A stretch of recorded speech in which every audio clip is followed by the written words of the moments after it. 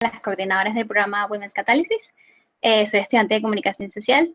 Bueno, primeramente, por supuesto, darle las gracias a todos por estar esta tarde aquí con nosotros, participando en este webinar. Y bueno, por supuesto, darle la bienvenida y la presentación a nuestro facilitador del día de hoy, el profesor Luis López. Él es abogado, especialista en gerencia empresarial, consultor en temas de emprendimientos, negocios, gerencia y marketing, tanto corporativo como político. Es locutor certificado, profesor de la UCB, fundador y director del capítulo Venezuela de la Sociedad Bastiat, apoyo empresarial y electo I3P.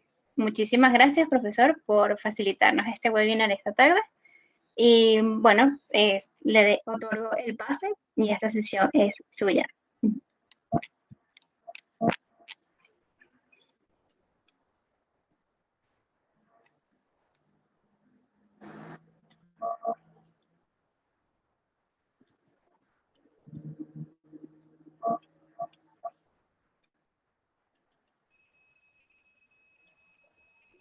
Hola, ¿me escuchan? Sí, le escuchamos perfectamente. Ok, bueno, Sí. muchas gracias, Durasca. Gracias por la bienvenida. Igual al equipo de todas las organizaciones que hacen posible este espacio. Jonathan Castro y tú, Durasca, y también Sori, que conversó sobre esta gran alianza que ha hecho la cuadra universitaria con Women's Catalysis, y hoy se incorpora, bueno, la Sociedad Bastiat como colaboradora en este evento. Y por supuesto también gracias a todas las personas que están presentes. Y bueno, demos sin más preámbulos comienzo. No sé si ya estoy habilitado para compartir la pantalla. Sí, creo que sí. Bien, por favor me confirman cuando ya puedan verla para darle aquí modo presentación.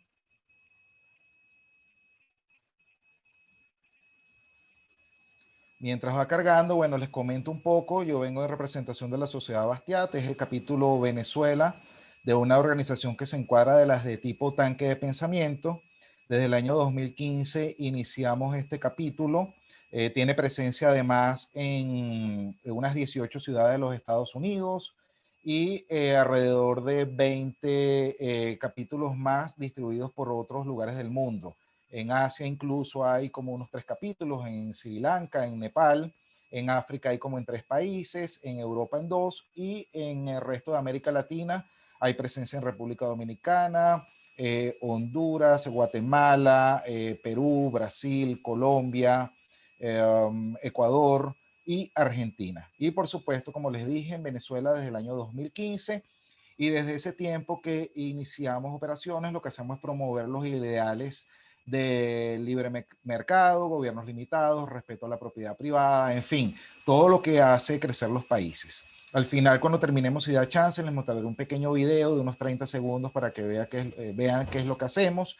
Entre ellos se encuentra un ciclo de conferencias que está en nuestro canal de YouTube, que titulamos El Milagro, en el cual hacemos estudios y exposiciones de reformas políticas y económicas que se implementaron en otros países, luego de una profunda crisis, y que estas reformas significaron su recuperación y se han considerado grandes milagros. Ahí está, por ejemplo, el caso de Alemania, Japón, la caja de conversión que se hizo en Argentina, las reformas de Chile, de Perú, de la República de Georgia y de Polonia, y que permitieron que, bueno, que se recuperaran de unas situaciones muy precarias como la que nos encontramos hoy día en Venezuela.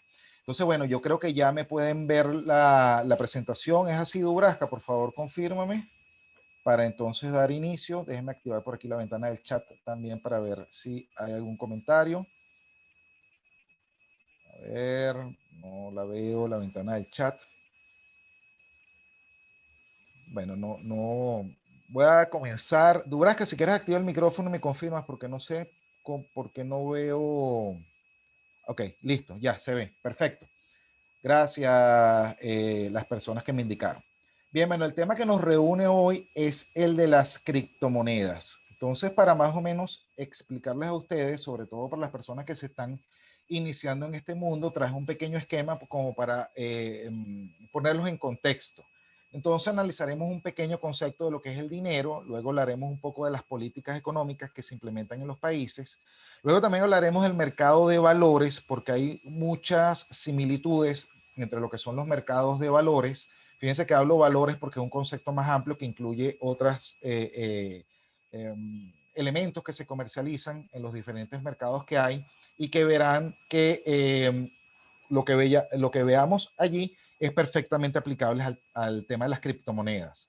Luego, en el punto 4, analizaremos ya el concepto de criptomonedas como tal. Luego veremos lo que es Bitcoin, la primera de ellas, y también lo que son altcoins o coins es moneda en inglés, monedas alternas. Luego también veremos lo que es el ecosistema DeFi, o que son las siglas de finanzas descentralizadas, y otros términos también con el cual se tienen que familiarizar para más o menos entender todo lo que es este mundo. ¿Ok? Un concepto como lo que es blockchain o cadena de bloques. El punto 7 hablaremos también de lo que son wallets, que en español se traduciría como billeteras o monederos. Luego también hablaremos de las plataformas en las cuales se comercializan las criptomonedas, que son los exchanges, y también hablaremos de tendencias y algunas soluciones, sobre todo en el contexto venezolano. Bueno, sin más preámbulos, comencemos. Si nosotros tratamos de analizar un concepto de criptomonedas y lo colocas en Google, te sale algo como esto. El dinero es todo activo o bien generalmente aceptado como medio de pago por los agentes económicos para sus intercambios. Además, su aparición es debida a la escasa eficiencia del trueque, que data del Neolítico, es decir, desde la época prehistórica, cuando comenzaron los primeros asentamientos humanos. Okay, fíjense que desde que el mundo es mundo y a la gente le sobraba alguna mercancía y necesitaba otra, lo primero que se hizo fue el trueque, y que no es más que cambiar una mercancía por otra. Es decir, si yo había cazado un venado y tenía exceso de carne y lo quería cambiar de repente por granos o por sal, bueno, lo que hacía era que intercambiaba un bien por otro. Pero ¿qué fue lo que pasó con esto? Y a medida que se iba aumentando la cantidad de mercancías y complejizando los intercambios, que era incómodo, ¿ok? Y de repente a lo mejor me hace falta la carne del venado del señor cazador y lo único que tengo es sal, pero lo que me interesa son papas. Entonces era complicado este tema de cómo hago yo para satisfacer todas mis necesidades, porque cómo hago siempre para intercambiar el exceso de la mercancía que tengo por la que me hace falta.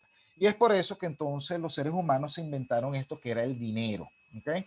Y además de ver un poco de ese recorrido histórico de qué es dinero, que yo creo que es necesario para que entendamos qué son las criptomonedas y llegar a la conclusión de efectivamente saber si las criptomonedas son dinero o no, luego más adelantada la exposición, es importante que tengamos precisado cuáles son las funciones.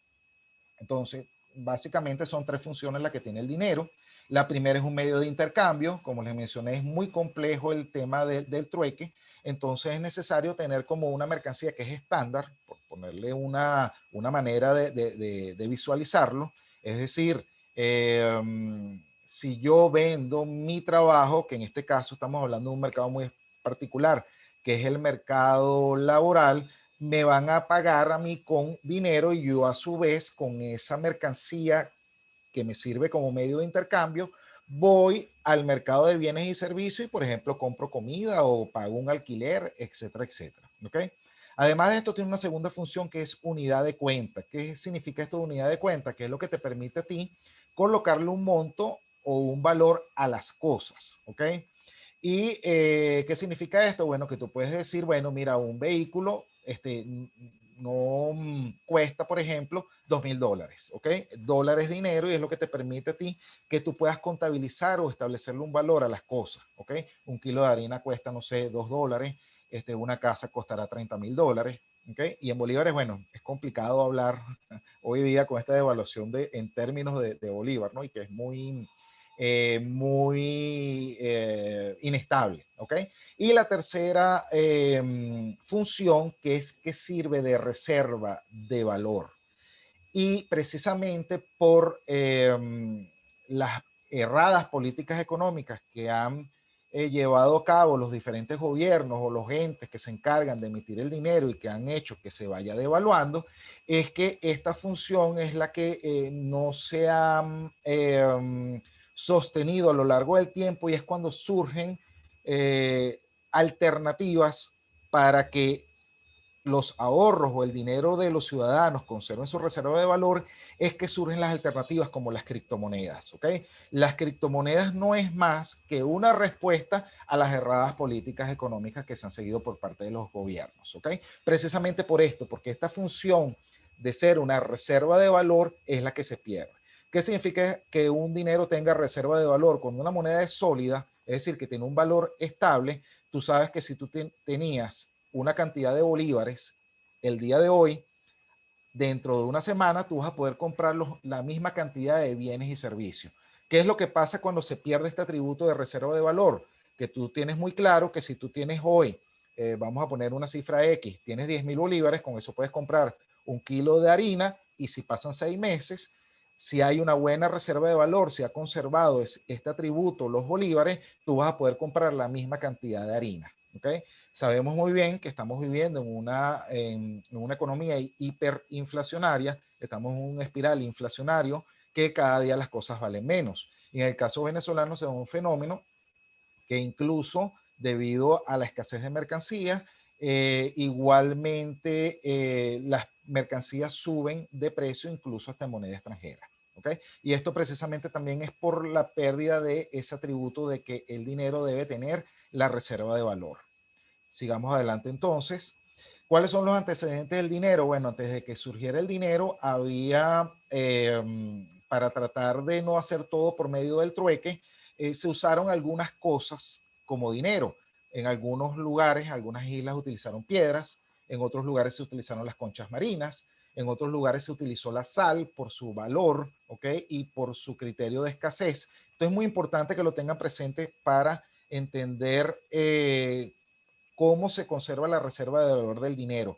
No puede estar en exceso, tiene que tener una característica principal que es la escasez para que conserve su valor. ¿Por qué? Porque el dinero es igual que cualquier mercancía. ¿Qué es lo que pasa?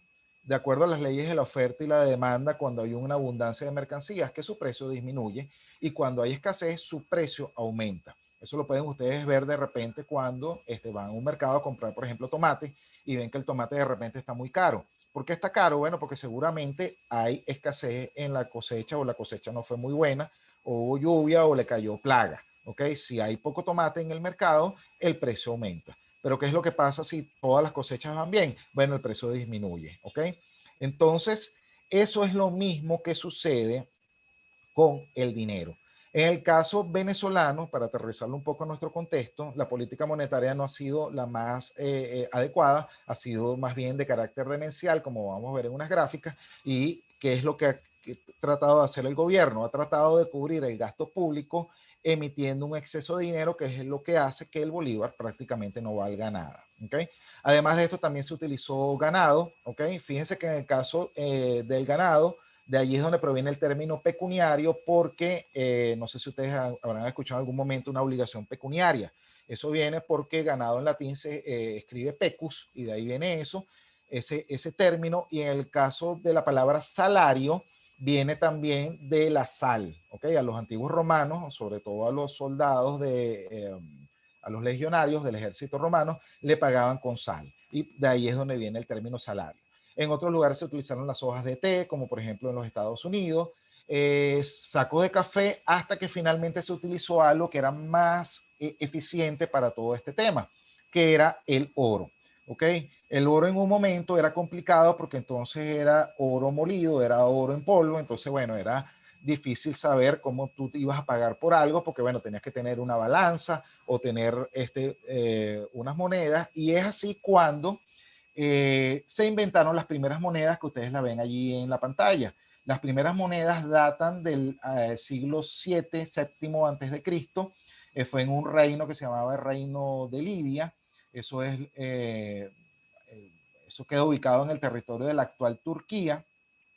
Y luego de esto fue una solución tan práctica que todas estas ciudades antiguas o todos estos reinos antiguos fueron adoptando monedas.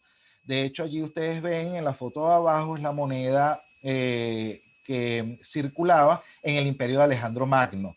A este emperador fue el primero que se le ocurrió colocar su cara su esfinge en una moneda. ¿Qué significa esto? Bueno, que en la moneda que esté la cara de algún personaje. Por ejemplo, en Inglaterra circula la cara de la reina Isabel impresa, acuñada en las monedas. En el caso de estas tetradracmas, que era el nombre que tenían estas monedas, estaba la efigie de Alejandro Magno. ¿Okay? Y también coloqué allí algo para que se vayan familiarizando con esto, que es la palabra patrón. ¿Okay? Una de las cosas que hizo Alejandro Magno fue unificar el patrón que regía para el momento. ¿Qué unificó?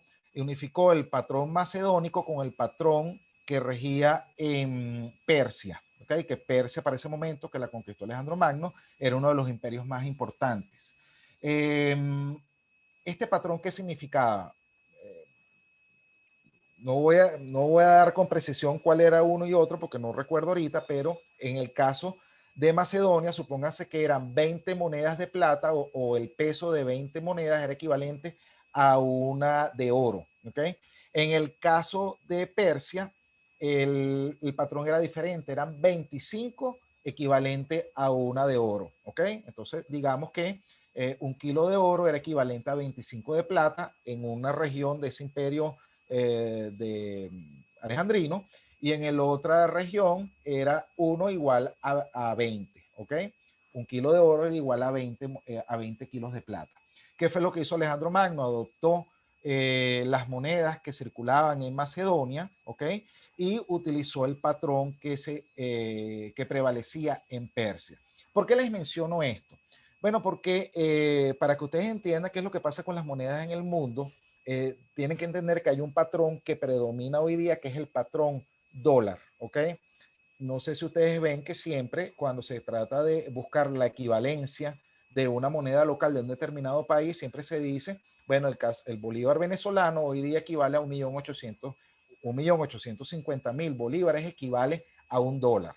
Lo mismo pasa en Perú, por ejemplo, creo que es 3.2 soles, equivale a un dólar. Ese es el patrón que predomina hoy día en el mundo. Antes del patrón oro, antes de la década de los 70 del siglo pasado, existía el patrón bimetálico oro y plata, y antes de eso el patrón oro. ¿Qué fue lo que pasó en el mundo cuando se decidió cambiar el patrón oro? Empezaron los problemas de pérdida de valor de las monedas. Es decir, las monedas fueron afectadas en su atributo de tener una reserva de valor. Y por eso es que finalmente surgen, como respuesta a esta situación, las criptomonedas. ¿Ok? Luego, para que conozcan un poco más de la historia del dinero, pudiésemos hablar que a comienzos del Renacimiento surge la banca. Esto es un tema muy importante porque al final las instituciones bancarias son las que detentan la mayor cantidad de dinero. Luego también, por lo general, la gente cree que el primer billete es el dólar, pero hay unos antecedentes muchísimo más antiguos. Habían billetes en China y había billetes también en Suecia. ¿Ok? Y en el caso de las bancas centrales, que esto también es un tema muy interesante para que vean por qué fue el proceso de deterioro de todas las monedas y por qué, vuelvo y repito, surgen las criptomonedas como una respuesta a esto, a las malas administraciones en política monetaria de parte de los gobiernos. ¿Ok? Fíjense, y Venezuela también eso era así. Normalmente cada banco era el que emitía los billetes que circulaban. Un billete es como un reconocimiento de deuda. ¿De qué? De el dinero que se encuentra depositado en los bancos. Anteriormente, cuando regía el patrón oro o el patrón bimetálico oro y plata, ¿qué sucedía? El banco se hacía responsable por la cantidad de dinero que los ahorristas depositaban.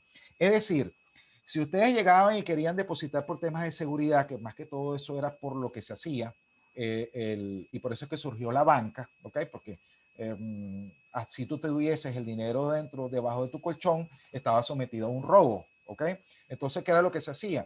Se acudía a una institución que tenía unas mayores normas de seguridad, tú depositabas tu mercancía valiosa, tu oro, tu plata, etcétera, etcétera, y en su momento se te fueron dando unos reconocimientos de deuda que fueron los billetes, ¿ok? Entonces el billete, por ejemplo, los billetes de comienzo del siglo pasado, los de dólar, decían, esto es válido por el equivalente, sea un billete de $20, por el equivalente en oro y plata. Porque esta frase cae en desuso, se elimina de los billetes, porque fue sustituido por el patrón dólar. ¿Ok? Entonces, ¿qué es lo que pasa cuando surge la primera banca central, que es un invento de los ingleses y de los suecos? Ellos empiezan a monopolizar la emisión de la moneda nacional. ¿Ok? En el caso del Banco de Inglaterra, entonces ellos comenzaron a monopolizar la emisión de las libras esterlinas. En el caso de Venezuela, antes de la creación del Banco Central, habían 6 bancos, hay la siguiente diapositiva lo muestra, había 6 bancos que podían emitir los billetes, ¿ok? Entonces, bueno, los patrones que existían era el patrón oro, eso rigió desde 1870 hasta 1913, luego un patrón bimetálico que además del oro, también la plata tenía que resguardarse en las bóvedas, ¿ok?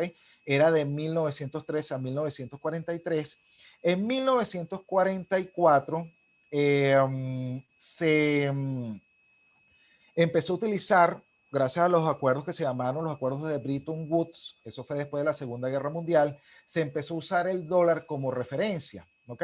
Entonces, ¿qué tenían que tener los países? Los países tenían que tener resguardados o representados su moneda circulante con oro, hasta que finalmente, y con dólares, ¿ok? Hasta que finalmente el oro como contraprestación del dinero que tú tenías circulante se abandonó de manera definitiva en 1971. ¿Por qué se hizo esto? Bueno, por unos acuerdos que bajo el mandato del presidente Nixon y promovido por el encargado de la parte de relaciones exteriores, que era Henry Kissinger, llegó a un acuerdo con Arabia Saudita en el cual ellos dijeron, bueno, mira, vamos a hacer una cosa, como la mercancía que más se comercializa en todos los mercados mundiales es el petróleo, vamos a llegar al acuerdo entonces que todo intercambio que sea de petróleo se va a hacer en dólares, ¿ok? De hecho, creo que fue el presidente François Mitterrand que él en su momento acuñó el término la tenaza dólar petróleo. ¿Qué significaba esto? Bueno, que hasta que el petróleo no deje de ser la mercancía más comercializada en el mundo, gracias a ese acuerdo entre Arabia Saudita y los Estados Unidos, entonces el oro va a seguir siendo el patrón monetario. ¿Cuándo va a cambiar esto? Bueno, de repente cuando cambie la matriz energética o cuando los Estados Unidos ya no sea la primera potencia y se sustituya por otra cosa. Pero de momento lo veo muy difícil que se cambie el patrón dólar, incluso por las criptomonedas, ¿ok? Las criptomonedas es una alternativa que todavía sigue siendo muy nueva, ¿ok? La primera criptomoneda surge en el año 2009, es decir, tiene poco más de 10 años, entonces todavía falta como que el mundo dé muchas vueltas. Así que de momento sigue cambiando el patrón dólar. Ahora, hay un término que ustedes se van a conseguir a futuro, que es eso de dinero fiduciario. ¿Qué significa esto? Que todo el dinero que ustedes conocen, que es con la moneda nacional de los diferentes países, por ejemplo, dólar, bolívares, euros, soles, pesos, ¿ok? Es un dinero que fiduciario viene de fides, que a su vez es el latín de fe, ¿ok? ¿Cuál es la fe? Es la fe que tú mantienes en que el gobierno que lo emite va a ser responsable en conservar su valor, ¿ok? ¿Qué es lo que ha sucedido en la práctica? Que ustedes ven esa gráfica que ustedes ven allí a la derecha, perdón, en la parte inferior derecha, ustedes ven que inicia en 1900 y eso ha sido la pérdida de valor del dólar a lo largo de los años. Fíjense cómo al final de la gráfica, que es el año 2000, el valor del dólar tiene un valor prácticamente minúsculo comparado con el valor que tenía en 1900. ¿Qué significaba esto? Bueno, que de repente tú tenías $20 en el año 1900 y te podías comprar un par de zapatos de cuero, ¿ok? Con esos mismos $20 en los años 70, de repente te podías comprar una caja de botellas de Coca-Cola, ¿ok? Y de repente en el año 2000, bueno, te comprarás solamente 2 botellas de Coca-Cola, ¿ok? Porque a pesar de que el dólar es el patrón monetario que rige en el mundo, ¿ok? A pesar de que el dólar es una de las monedas más sólidas y estables del mundo, no quiere decir que no pierda su valor año tras año. Es decir, cada año el dólar vale como 5% menos de lo que valía el año anterior, ¿ok? Entonces, Si eso pasa con el dólar, imagínense lo que pasa con otras economías más inestables, como el caso venezolano, ¿ok?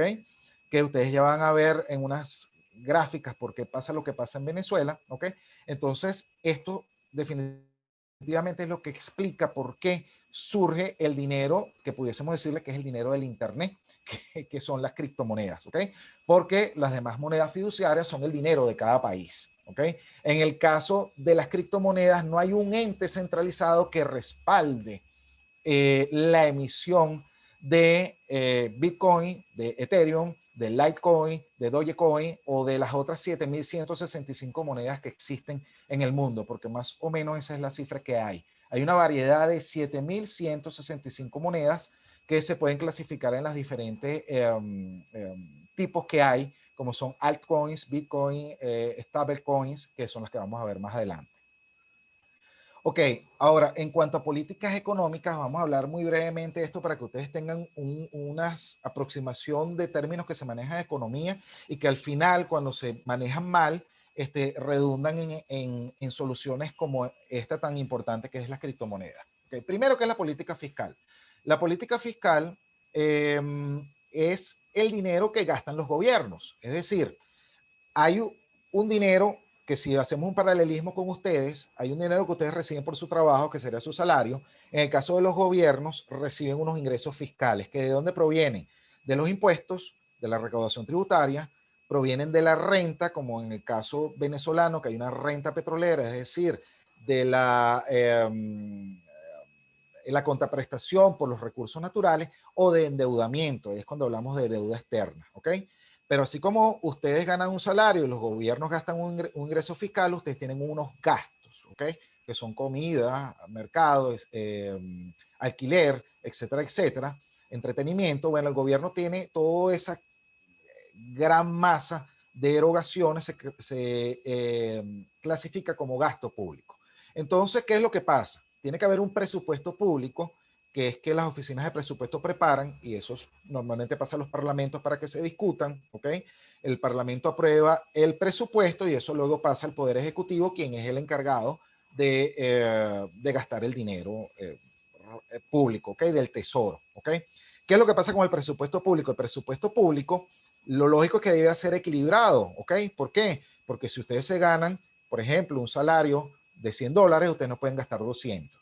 Quizás lo pueden hacer, pero tienen que endeudarse con 100 más, ¿ok? En el caso de los gobiernos, tienen un nivel de gasto público, un nivel de ingreso público, perdón, de recaudación tributaria, y tienen un nivel de gasto público. Si el gasto público es mayor, ¿qué tienen que hacer entonces? Bueno, endeudarse, ¿ok? Pero ¿qué es lo que pasa? Que hay una cosa que es sumamente perniciosa y peligrosa y es un gran problema, que es que si yo tengo un nivel de gasto público por aquí elevado y tengo un ingreso público por aquí que no lo cubre, hay una técnica que es la que les digo que es horrible, en el caso venezolano fue totalmente demencial, que es emitir más dinero, es decir, tener una política monetaria expansiva para que crezca el dinero y con esto cubrir el nivel de gasto público. ¿Okay? Eso es lo peor que puede suceder. ¿Por qué? Porque cuando tú tienes un exceso de emisión de moneda, entonces esta pierde su valor y por eso es que nuestros bolívares no valen absolutamente nada hoy día. Entonces, eso es un tipo de política monetaria que se hace, emitir dinero, ¿ok? Y hace que se trate como de equilibrar el presupuesto. La meta de un gobierno serio es que tenga un presupuesto superavitario, es decir, que los ingresos sean mayores que los gastos. Si no es esa la meta ideal, que no se puede lograr, lo ideal es que, bueno, el siguiente paso en idealidad de presupuesto sería que haya un presupuesto equilibrado, es decir, la misma cantidad de ingresos cubra el gasto público, pero los gobiernos que son irresponsables en este caso lo que hacen es que así no tengan mayor ingreso, tienen un gasto público elevado, ¿ok? Entonces esto es lo que se llama un presupuesto deficitario. En el caso venezolano yo creo que hay como 10 años de déficit fiscal, ¿ok? Entonces, ¿qué es lo que sucede? Que como hay un gran gasto público que se compromete el gobierno a asumir, lo que hace es que le inyecta dinero a la economía. Eso es lo que se conoce como dinero inorgánico. No sé si han escuchado esas palabras o ese término en las noticias, que el dinero inorgánico es un dinero que no tiene respaldo en moneda dura. ¿Cuál es la moneda dura? Y es cuando los bancos centrales tienen que tener como su cuenta de ahorro, que son las reservas internacionales. En el caso de Venezuela, las reservas internacionales creo que ya van por 6.000 millones de dólares. Un nivel ideal serían como unos 30.000 millones de dólares, en mi opinión, ¿no? Ok. Entonces, fíjense, cuando estamos hablando de política monetaria, es todas las políticas o todas las cosas que hace un gobierno con respecto a la moneda. Entonces, allí tienes diferentes cosas. Por ejemplo, la moneda de circulación. En el caso de Venezuela, la política monetaria en cuanto a la moneda que circula es tener una moneda nacional, que es el bolívar, ¿ok? Y tiene una dolarización que se puede llamar de facto, o que más, en términos más técnicos sería una dolarización de la demanda, pero no hay una dolarización de la oferta. ¿Por qué no hay una dolarización de la oferta? Porque aún el Banco Central no ha anunciado con bombos y platillos, que es hacia allá se debería de aspirar, decir, bueno, mira, tenemos que tener una moneda más sólida, porque la que hicimos antes, bueno, destrozamos su valor, ¿ok? En el caso de El Salvador y de Ecuador, ellos eliminaron sus monedas. En el caso de Ecuador, eliminó el sucre y utilizó la moneda norteamericana, ¿ok? Hay otros países que, por ejemplo, han sustituido su moneda por otra. En el caso de Alemania, la moneda que circulaba antes o eh, hasta la Segunda Guerra Mundial era el Reichsmark. Luego, después de la Segunda Guerra Mundial, que nombran al artífice del milagro económico alemán, Ludwig Erhard, como el primer ministro, perdón, el canciller, y luego, ya no el primer ministro, luego creo que fue el presidente, ¿ok?, del gobierno alemán. No, corrijo, el ministro de Economía y luego fue nombrado canciller. Eso, discúlpeme la imprecisión. Ludwig Erhard, una de sus medidas fue cambiar el Reichsmark por el marco alemán. Y luego la Comunidad Europea decidió cambiar cada una de sus monedas. En el caso de España, dejó de usar la peseta, Francia dejó de usar el franco, Alemania dejó de usar el marco y gran cantidad de países europeos adoptaron el euro, una moneda común. Esa fue la política monetaria, tener una moneda regional.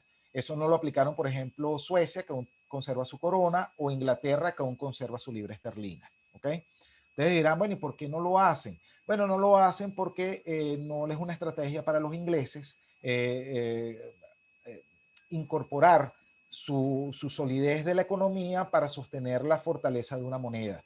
En el caso alemán, ellos tienen un excedente de producción tan grande, ¿ok?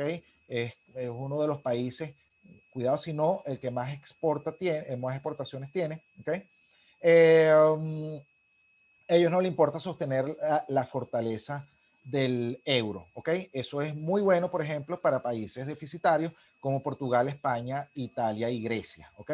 Que pueden tener una economía un poquito insensata a nivel de política fiscal o de gasto público como Venezuela, pero con una moneda fuerte circulando, ¿ok? Eso es lo que sucede con estos temas, ¿no? Entonces, la política monetaria por lo general la llevan a cabo los bancos centrales y además de encargarse de eso, de cuál es la moneda que circula, también se encarga, por ejemplo, de fijar las tasas de cambio, es decir, cuánto de moneda nacional equivale a una moneda dura, en este caso el dólar, que es el patrón mundial, las tasas de interés, es decir, lo que los bancos pueden pagar de interés por los ahorros de los ahorristas, valga la redundancia, o cuánto van a pagar o cuánto van a cobrar por los créditos de las personas que solicitan. También otra cosa que se encarga los bancos centrales en términos de política monetaria es fijar el encaje legal. El encaje legal es cuánto de dinero van a tener los bancos depositados en las arcas del Banco Central como una garantía o un respaldo. Además de esto, también las reservas internacionales, que las reservas internacionales vienen a ser como la cuenta de ahorros de los países. ¿Okay? Las reservas internacionales se componen de moneda extranjera, dólares, euros, etcétera, etcétera, oro y piedras preciosas, y también los derechos quirografarios del Fondo Monetario Internacional. Eso es lo que compone las reservas internacionales. Y por supuesto también la emisión de billetes y monedas. En el caso de Venezuela, el Banco Central tiene un ente adscrito, que es la Casa de la Moneda, que se encarga de imprimir los billetes, o se encargaba, porque yo creo que ya ni tinta tienen la capacidad de comprar y creo que salía más barato comprar los billetes afuera. O en el caso, por ejemplo, de Ecuador, en cuanto a emisión de billetes y moneda, lo que se encarga es hacer la solicitud de la cantidad de dinero que necesitan para que su economía se sostenga los Estados Unidos, ¿ok? Porque como ellos están dolarizados, la moneda que circula es el dólar y ellos no lo pueden imprimir. O sea, una potestad de la Reserva Federal estadounidense, ¿ok?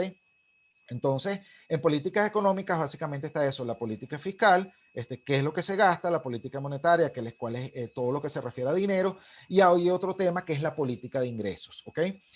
¿Qué es lo que pasa? Esto no se menciona mucho y es algo que no se puede manipular desde un gobierno porque son condiciones de mediano y largo plazo.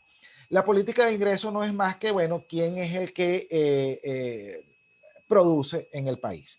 En el caso venezolano, básicamente quien produce es PDVSA porque un 97%, esto ha bajado un poco con el tema de la minería, pero por lo general un 97% de las divisas que ingresaban al país era producto de la venta de petróleo, ¿ok?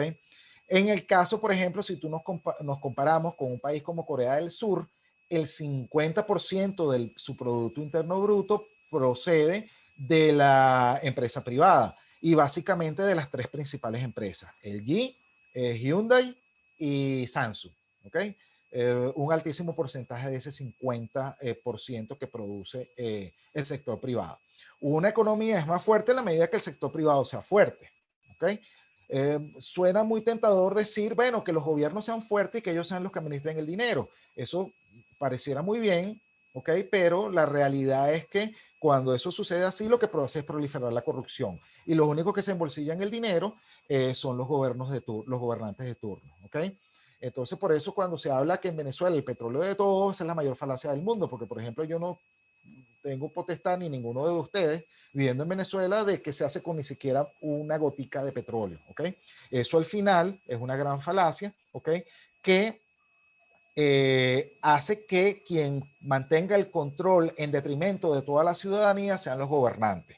Como por lo general lo hacen muy mal, ¿ok? Llevan a los países a la pobreza, llevan a los países a crisis económicas y es entonces cuando surge una solución como la de las criptomonedas, ¿ok?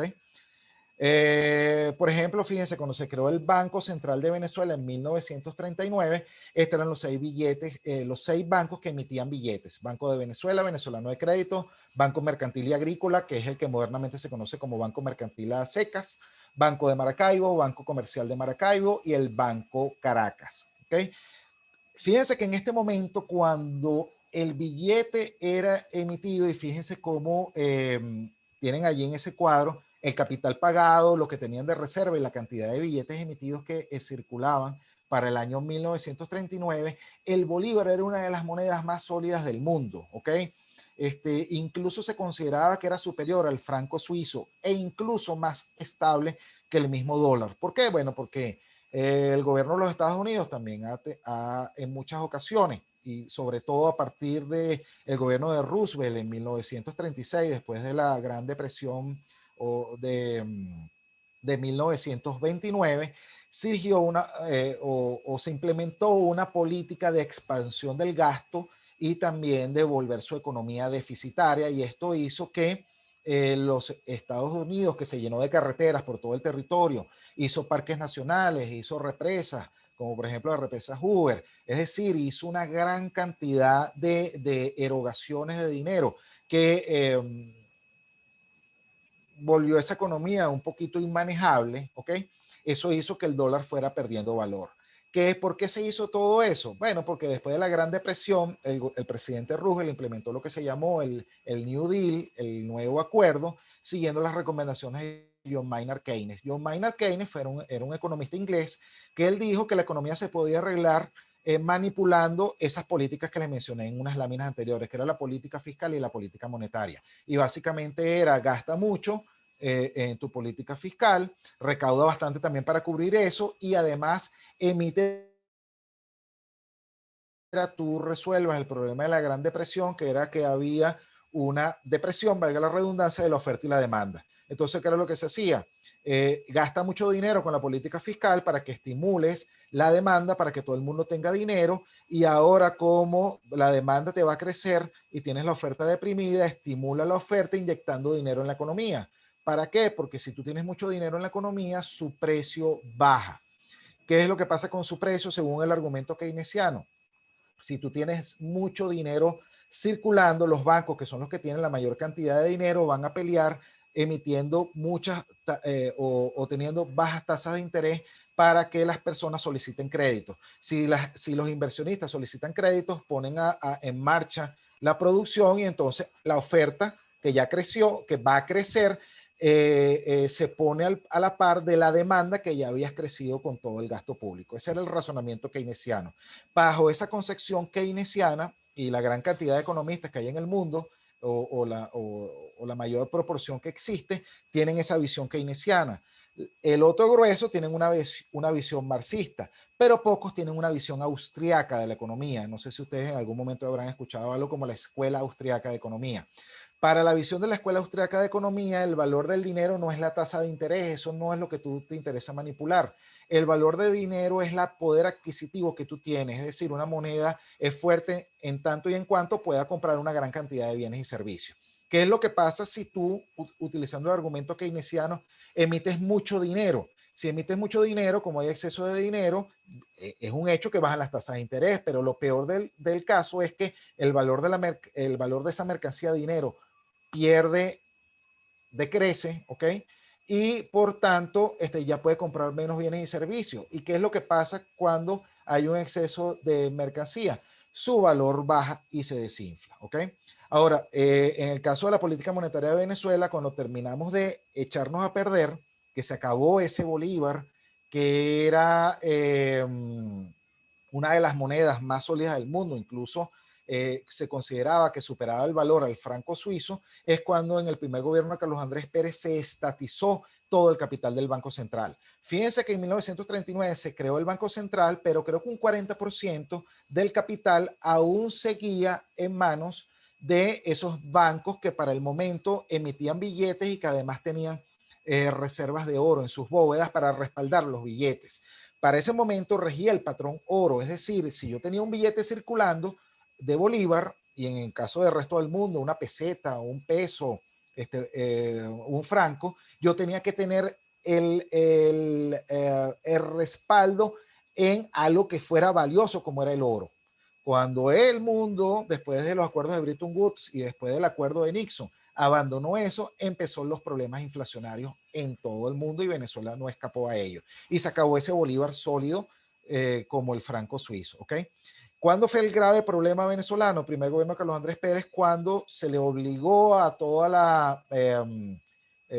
bueno, no, perdón, esto fue antes, en la década de los 40, pero todos estos bancos que tenían esas reservas de oro, se hizo una especie de expropiación, se tuvo que entregar todo ese oro al Banco Central, se negaron creo que dos bancos, el Banco Venezolano de Crédito, estoy seguro, pero el otro no recuerdo cuál fue, y empezó esto que ustedes van a ver en su pantalla, ¿ok? Ya, que aquí hay un gráfico que puede demorarse un poquito en aparecer. ¿Ok?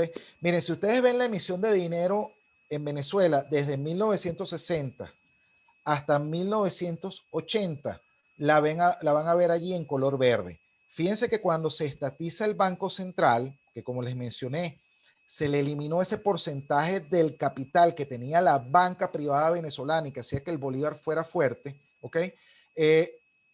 Cuando el Banco Central se estatizó totalmente, empezó a hacer lo que le da la gana y empezó a emitir dinero. Y fíjense cómo empieza la emisión de dinero a crecer. Fíjense cómo pasa de un promedio de 10, ¿ok? A casi la mitad entre 40 y 50. Ahora, fíjense cómo la gráfica verde, allí ustedes la ven. Miren cómo a partir del 80 hasta más o menos el 90, ya no podíamos tener un gráfico. Fíjense el eje de la Y, el eje de las ordenadas, cómo va de 0 a 50. En este caso hubo que subir la proporción del 0 al 200. Y miren cómo el espacito verde, que era una curva sumamente pronunciada, se quedó bien chiquitica aquí en la pantalla, más o menos en el centro, y miren cómo ahora lo amarillo aumentó. Luego fíjense lo que pasó, cómo lo verde y lo amarillo apenas es perceptible. Desde el año 92 hasta el año 2000, miren la emisión de dinero, ¿ok? Y luego, fíjense que ahí como lo verde y lo amarillo prácticamente es equivalente, porque miren aquí cómo estábamos del 0 al 200. Este gráfico, el tercero, tuvo que pasar del 0 al 6000. Miren cómo lo anaranjado, que es la siguiente emisión, fíjense cómo lo verde está acá, no sé si ven mi cursor allí, que sería el primer gráfico que les mostré. El segundo gráfico es lo amarillo y miren el tercer gráfico cómo fue la emisión anaranjada, ¿ok? Que fíjense que hasta 200 estaba aquí el gráfico anterior y pasó a 6.000. Menos si esto fuera poco, la emisión de dinero, miren cómo fue a partir del año 2002, cómo ahora se cambió a una gráfica en color rojo, ya no fue hasta 6.000 aquí, sino ahora pasó a 6, aquí hablamos de unos 400.000 a 500.000, ¿ok? La emisión de dinero del bolívar venezolano fue una locura total, por eso llegamos a tener 1.380.000% de inflación, que si lo traducimos en tasas de cambio, fíjense hoy día, bueno, yo hice esta lámina el sábado, un dólar era equivalente a 1.750.000 bolívares. Hoy creo que estamos hablando de 1.850.000, ¿ok? Hoy martes. En el 2008, para hablar de la cantidad de bolívares equivalente, que en su momento se conoció como bolívar fuerte, tendríamos que agregar los 5 ceros que le eliminó el presidente Nicolás Maduro en una reforma monetaria que hizo en ese año, ¿ok? Estaríamos hablando entonces que el par dólar BES o dólar bolívar es de 175.000 millones de bolívares, ¿ok?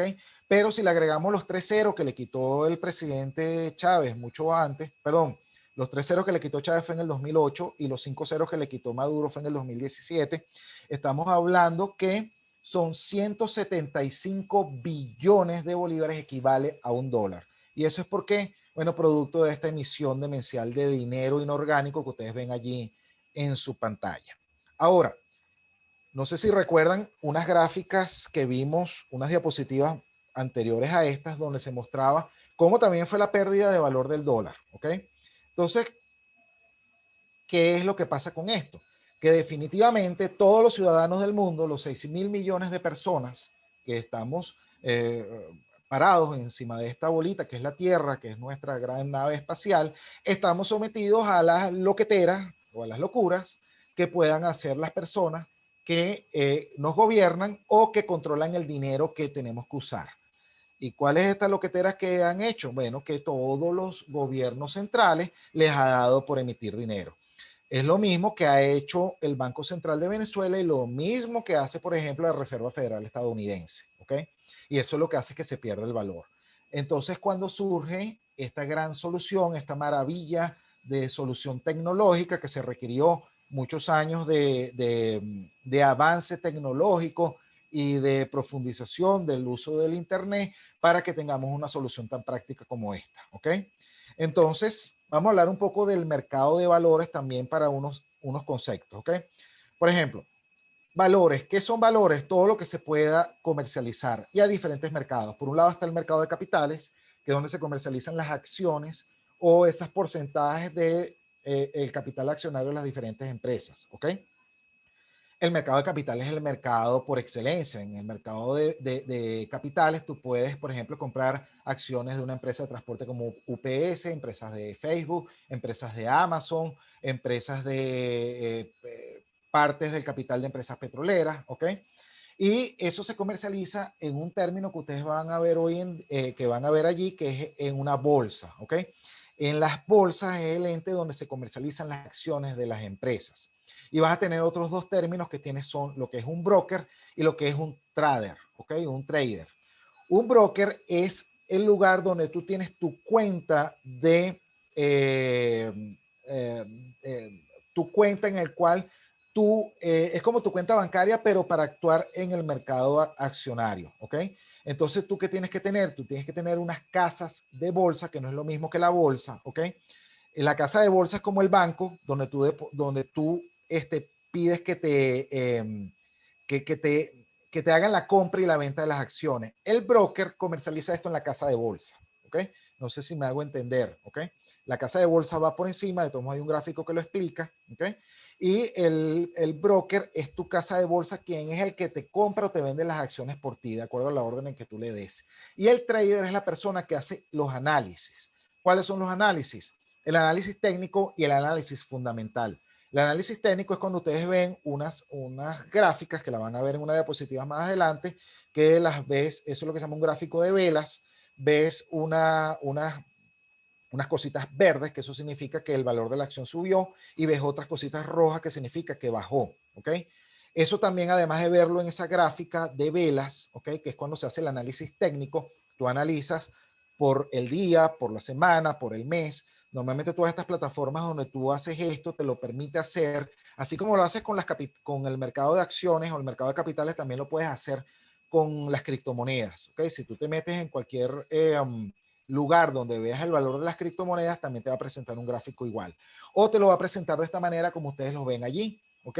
Eso que ustedes ven allí, por ejemplo, ese WEWR, eso es lo que se llama el ticker. El ticker es como las siglas con la cual tú identificas el nombre de tu compañía. Por ejemplo, Amazon es AMZ, Facebook es FB, ¿ok? Entonces, eso significa que esa empresa que está conocida como WEWR está en color, bueno, creo que esa pantalla está un poco mal porque si tiene la flechita que ustedes ven hacia abajo, indicaría que el valor bajó en 67.90, ¿ok? Pero en el caso de lo que ustedes ven allí, que tiene como sigla LOMP, LOMP, tiene un triangulito que indica que subió. Eso significa que el valor de esa acción se revalorizó, ¿ok? Bien sea con un gráfico de velas o con una pantalla como esa que ustedes ven allí, ustedes hacen análisis técnico, que eso aplica también para criptomonedas. Y también hay otra cosa que es el análisis fundamental. El análisis fundamental es algo quizás un poco más profundo, o quizás no tanto, porque puede ser muy sencillo, pero básicamente es con las noticias, tú puedes predecir cómo se va a comportar el mercado. Es decir, si por ejemplo tú el año pasado, o mejor dicho, a finales del 2019, te enteras que surge un nuevo virus que es sumamente letal y que en China, en una ciudad que se llama Wuhan, creo que es que se pronuncia, ¿ok? Salió un virus sumamente mortal que se tuvieron que aislar. Tú puedes decir, bueno, mira, hay posibilidades de que esto también suceda, ¿ok? En el resto del mundo, como efectivamente sucedió. Cuando ya tú te das cuenta que entonces empiezan a haber 80.000 contagiados en China, no sé cuántos miles en España, no sé cuántos miles en Italia y otros casi 100.000 en los Estados Unidos, ¿ok? Solamente viendo las noticias sin ver un gráfico como esto, tú te puedes dar cuenta que toda la economía va a ser una catástrofe, ¿ok? Entonces es cuando tú puedes hacer un análisis fundamental a raíz de lo que está sucediendo en el mundo y tratar de predecir qué es lo que pasa. Por ejemplo, un gran inversionista como Warren Buffett, él no hace análisis técnico, sino él hace análisis fundamental. ¿Qué es lo que sucede cuando tú haces análisis fundamental? Tratas de pensar tus inversiones en el mediano hacia el largo plazo, ¿ok?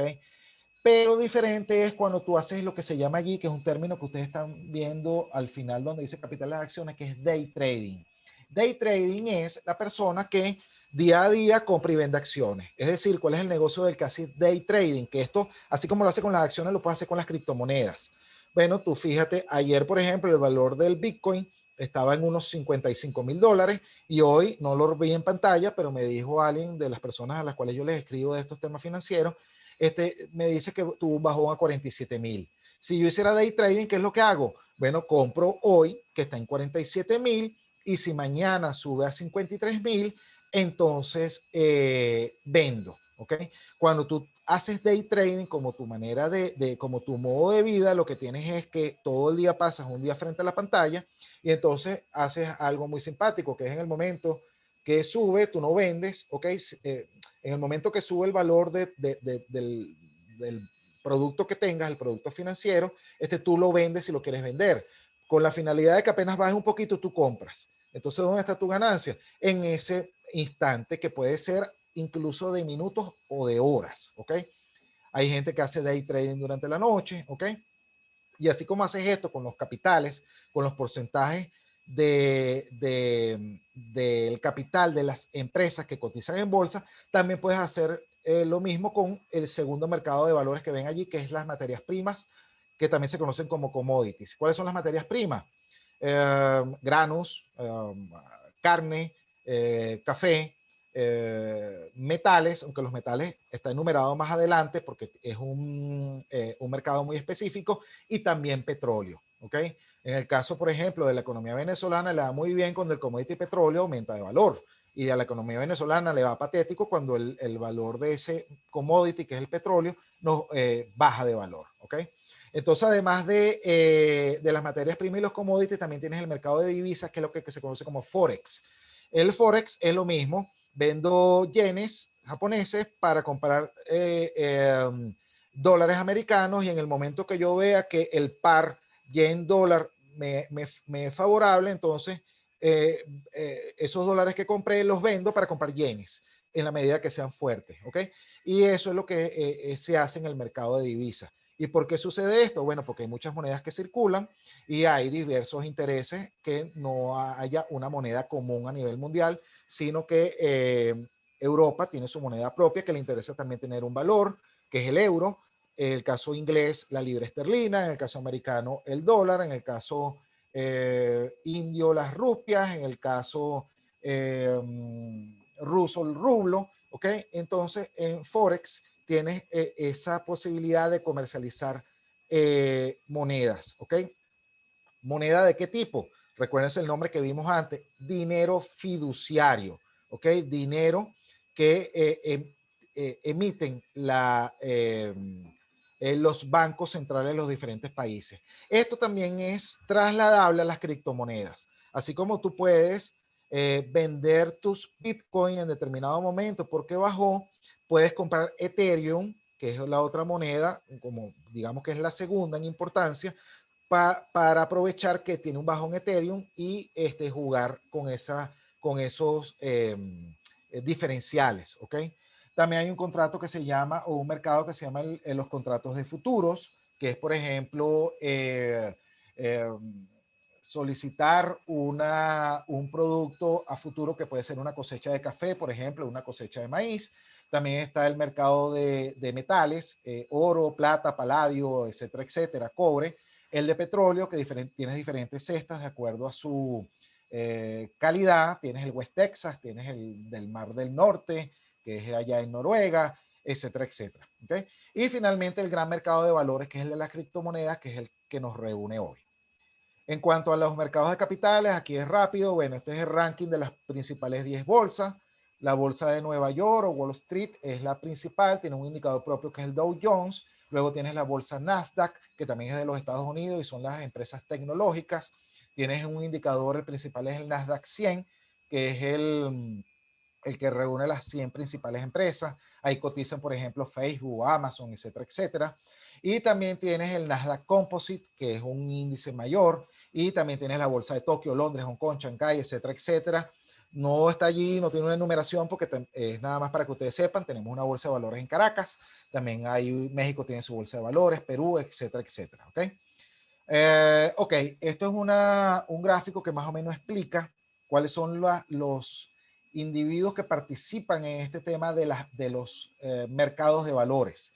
¿Quiénes son los emisores de valores? Que está aquí identificado con el 1, que son las empresas. ¿Okay? Como les dije, Facebook, por ejemplo. ¿Okay? Facebook hace una OPA, que es lo que se llama una oferta pública de acciones, en el cual él emite unos valores que son las acciones. Esto pasa, se venden a unos interesados que son los demandantes de valores. Puedo ser yo, que puede ser Jonathan, que puede ser Dubrasca, que queremos comprar acciones de Facebook. ¿Dónde lo compramos? En el lugar que está aquí en el gráfico, que es el centro, que es la persona que hace de intermediación de valores, que en este caso es la bolsa de valores. Si se trata de una acción de Facebook, será Nasdaq. Si se trata de unas acciones de la empresa petrolera árabe de Arabia Saudita, que es Aramco, será Wall Street, ¿ok? Y si es un banco, será Wall Street, ¿ok? Si es un banco importante, ¿ok? Si es una empresa como Banco Mercantil, será la Bolsa de Valores de Caracas, ¿ok? Luego tienes unos entes reguladores y fiscalizadores, que ustedes ven aquí con el número 4, que en el caso venezolano es la Superintendencia de Valores. Luego tienes unas entidades de acceso a la información, que puede ser un diario especializado en temas de economía, o puede ser, por ejemplo, un programa de televisión que diga, subió el índice Nasdaq, subió el índice Standard & Poor's, etcétera, etcétera. Y tienes también el mercado de productos, que finalmente es donde las empresas, que es su razón de ser, ponen en venta sus bienes y servicios. ¿Okay? Si se trata de un banco, el mercado de productos es el mercado bancario. Si se trata de una empresa petrolera, el mercado de productos son las refinadoras de petróleo y así sucesivamente. Aquí, por ejemplo, ustedes ven una granja, porque en este ejemplo en particular se trataría entonces de una empresa que se dedica al sector de la agricultura o de la agropecuaria a vender sus productos. ¿Okay? Bueno, esto es para que más o menos se clarifique en lo complejo que es este entorno. ¿Qué es lo que pasa en criptomonedas? Que el entorno de las criptomonedas es mucho más sencillo. El entorno de las criptomonedas es lo que se llama un entorno peer-to-peer o un entorno entre pares, ¿ok? Que es un entorno más de uno a uno. Entonces ya no hay tantas instituciones de por medio que regulen este mercado. Fíjense, este es un ejemplo de cómo se puede hacer un análisis técnico. Como les dije aquí, este es un gráfico de velas, ¿ok?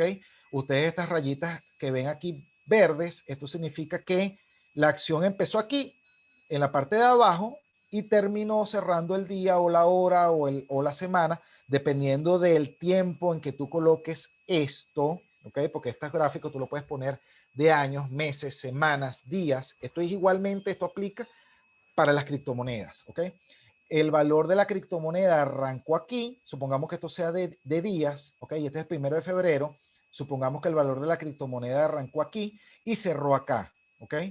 Luego, en este caso fue que la criptomoneda arrancó acá y cuando lo ven, que ustedes lo ven en rojo, fue que cerró el día en este valor. Esto es lo que yo estoy tratando de explicarles acá de una manera muy resumida, muy sucinta, es lo que es un análisis técnico.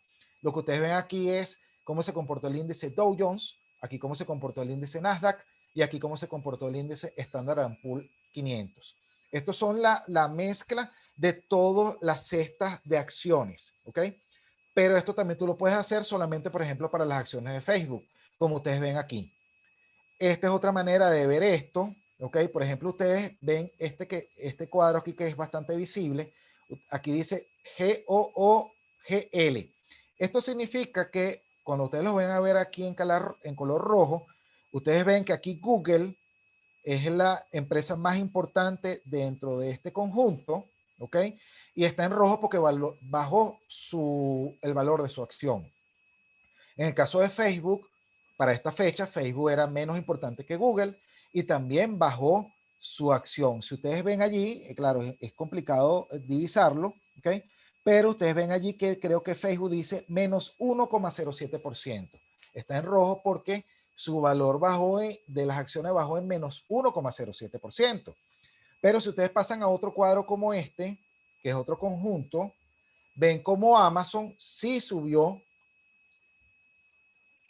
el valor de su acción. Bueno, lo mismo pasa aquí con las otras empresas, ¿ok? Lo que pasa es que, claro, no me sé los tickers de memoria. Por ejemplo, este es Google, este es Amazon, este es Facebook, este es JP Morgan, ¿ok? Vamos a ver si sé otra. Bueno, no importa. Bueno, acuérdense que esto es una charla introductoria y no vamos a algo específico. Pero si ustedes quieren entender esto así, apenas lo vean, ustedes tienen que saber cuáles son los tickers. Ese ticker, así como GOOGL significa las siglas de Google, por ponerle por explicarlo, ¿ok? Lo mismo pasa con las criptomonedas. ETH es el ticker de Ether, que es la moneda del entorno Ethereum. BTC son las siglas que representan a Bitcoin, ¿ok? Doge o DOGE, Doge, es el ticker de Dogecoin y así sucesivamente. LTC creo que es el nombre de Litecoin, ¿ok? Y aquí tienen otra manera de verlo, cómo sube el precio o baja el precio. Ustedes ven aquí también las siglas que son el ticker, ¿ok? Aquí te dice LAS es el último precio, el cambio, aquí por ejemplo, el valor de esta empresa se aumentó en un 42,50%. Es una empresa que le fue buenísimo. No sé qué empresa será ACSC. Pero en el caso de esta empresa, que es GLIBP, bueno, le fue mal en un 0,12%. ¿Ok? Esto es lo que ustedes, si se interesan en este mundo, tienen que analizar. ¿Ok? sigamos ahora con lo siguiente. Ahora, ya hablando en entorno criptomoneda, ustedes tienen diferentes términos. ¿Okay? El primero es par. El par por excelencia es el que te coloca el valor con el dólar. Entonces, ustedes van a ver, por ejemplo, cuando ustedes ven un gráfico que diga ETH/USD, significa que esa es la correspondencia entre el valor de Ethereum con respecto al dólar. Si ustedes ven otro par, por ejemplo, es BTC/USD, es cuánto es equivalente en dólares la cantidad de Bitcoin. Hoy día, como les dije, ayer era $55,000 un Bitcoin, hoy son $47,000 un Bitcoin, ¿ok? También tienes un par diferente, tú eso lo puedes cambiar en la plataforma en la cual tú estés viendo la información. La plataforma en la cual tú te metes a ver la información es lo que se llama un exchange, que es una plataforma de intercambio, ¿ok? Hay exchange de moneda fiduciaria, por ejemplo, Italcambio, para los que viven en Venezuela, Italcambio es una casa de moneda, una casa de cambio donde tú allí cambias, por lo general, la moneda local por dólar. ¿Ok? Los exchange de criptomonedas lo que se encargan es de fijar todos estos pares, pero el par no siempre va a ser, como les mencioné en estos dos ejemplos, cripto dólar. También puedes tener pares distintos, par Bitcoin Ethereum, par Ethereum Litecoin, par Dogecoin Bitcoin, etcétera, etcétera. Minería. Este es otro término muy común. ¿Qué es minería? Es el proceso por el cual surgen los bitcoins. Entonces, un minero es una persona que pone su computadora a disposición, su poder de cómputo, para resolver un problema matemático o un problema criptográfico, y es cuando se dice que surge un nuevo bloque minado o surge un bitcoin. ¿Qué es lo que pasa con bitcoin? Y esta es la importancia de esto para que vean la diferencia con el dinero fiduciario. Les hablé que las monedas para que mantengan o las mercancías en general, para que mantengan su valor deben ser escasas. Bueno, el caso del Bolívar, como ya vieron las cifras que les mencioné, no ha tenido límite en su emisión. Lo mismo pasa con el dólar y por eso es que el dólar pierde su valor. Pero en el caso de Bitcoin, desde que se concibió el proyecto, se definió que el máximo de Bitcoin que iba a existir era de 21 millones de Bitcoin. ¿Qué significa esto? Que desde que se concibió ese proyecto y se concibió ese algoritmo que lo iba a regular, se dijo el Bitcoin va a ser escaso. Hoy día, desde el año 2009 a la fecha, se han minado diferentes bloques que han llegado a que en los actuales momentos solamente haya 17 millones de Bitcoin. Aún falta por minar, por producir 4 millones más para llegar al máximo. ¿Ok? ¿Qué es lo que pasa también con otro concepto que ustedes van a ver allí, que es el halving? Como les mencioné, alguien pone a disposición del entorno cripto, del entorno Bitcoin, sus computadores o sus empresas o sus máquinas minadoras, ¿ok? Reciben una recompensa a cambio por hacer eso, que es un porcentaje mínimo de Bitcoin, ¿no? El tema, fíjense, otra gran diferencia entre Bitcoin o la criptomoneda con el dinero fiduciario. Si nosotros decimos en que tú puedes dividir un bolívar, tú dices, bueno, máximo es en 100 centavos, en 100 céntimos, perdón, que es el nombre que tiene la unidad más pequeña en bolívares. Si ustedes preguntan en cuánto se divide un dólar se divide en 100 centavos, ¿ok? Porque yo me imagino que ustedes dirán, no, pero es que si un Bitcoin cuesta $47,000, que voy a estar yo aspirando a comprar un Bitcoin, ni siquiera medio Bitcoin, ni siquiera un cuarto de Bitcoin. En este caso no se preocupen porque este ecosistema se definió para que en términos de Bitcoin no se utilicen 100 céntimos, sino se utilicen después del 0,008 dígitos más. ¿Ok? La unidad más pequeña, cada criptomoneda tiene su propia nomenclatura, pero la unidad más pequeña de Bitcoin, que es 0,00000 y 70 hasta llegar a 1, es el Satoshi. ¿Okay? Entonces tú puedes comprar 0,0000000 y te da esa cantidad de Satoshi. Por ejemplo, si ustedes quieren comprar Algo como $80, eso es como 0,4 o 5 ceros de Bitcoin. ¿Okay? Esto es lo que permite este entorno o esta definición. ¿Cómo se definió esto? Esto lo definió según la leyenda, le voy a decir leyenda porque esto no se sabe quién realmente es. Hubo un señor que publicó un artículo en el año 2008 que se llamó Satoshi Nakamoto, y a partir de ese momento, en el 2009, se emitió el primer bloque de Bitcoin. Lo más seguro es que no sea una persona, sino que sean muchísimas personas. Al momento del sol de hoy, el primer algoritmo que se definió, la primera programación que llevó el nombre de SHA-256, ese algoritmo o esa forma en que se programó el proyecto, también se adoptaron por otras criptomonedas. Y hay otras que se han hecho. E incluso hay unas que son de código abierto, y la plataforma se enriquece de las ideas de muchísimas personas. Por eso es que esto es totalmente descentralizado. ¿Okay? Por eso es que les dije que así como el dólar es la moneda de los Estados Unidos y el bolívar es la moneda de Venezuela, las criptomonedas son el dinero del Internet. Y cuando digo del Internet, es el dinero de todo el mundo, específicamente de las personas que participan en el entorno, bien sea como programadores o diseñadores de la plataforma, bien sea como mineros produciendo nuevos bloques, o bien sea como personas que invierten en estas criptomonedas, que pueden ser cualquiera de nosotros que estamos acá presentes. Ahora bien, como les dije, el minero recibe una contraprestación. Esa contraprestación aproximadamente cada 4 años se reduce a la mitad. Esto es lo que asegura que cada vez el número de mineros sea menor y se asegura el criterio de escasez. Esto fue lo que se pensó la gente que ideó Bitcoin. Entonces, cada cierto tiempo, la recompensa, cuando se reduce a la mitad, es cuando pasa esto que se llama halving. Ahora, este término peer-to-peer o uno a uno, o que es un intercambio entre pares. Bitcoin significa que si yo quiero venderle mi Bitcoin a Dubraska, yo simplemente en un exchange le digo a ella, mira, deposítame el equivalente en dólares y pásame mis Bitcoin. No necesitamos ni que haya Banco Central, no necesitamos que haya ninguna plataforma de intermediación, no necesitamos que haya ningún banco de por medio. Lo único que yo necesito es tener el número de wallet o el número de billetera de Dubraska para yo transferir la cantidad de Bitcoins. ¿Ok? Esto de prueba de trabajo, en inglés se llama el proof to work, es la recompensa que reciben los mineros. ¿Ok? Como les dije, ellos tienen que resolver un problema matemático y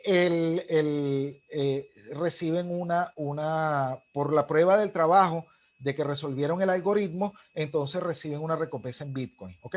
Y todo esto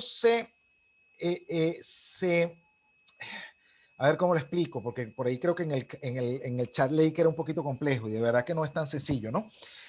Todo esto se manifiesta no en un lugar centralizado como es el servidor de un banco central o el servidor de un banco cualquiera, de un banco comercial.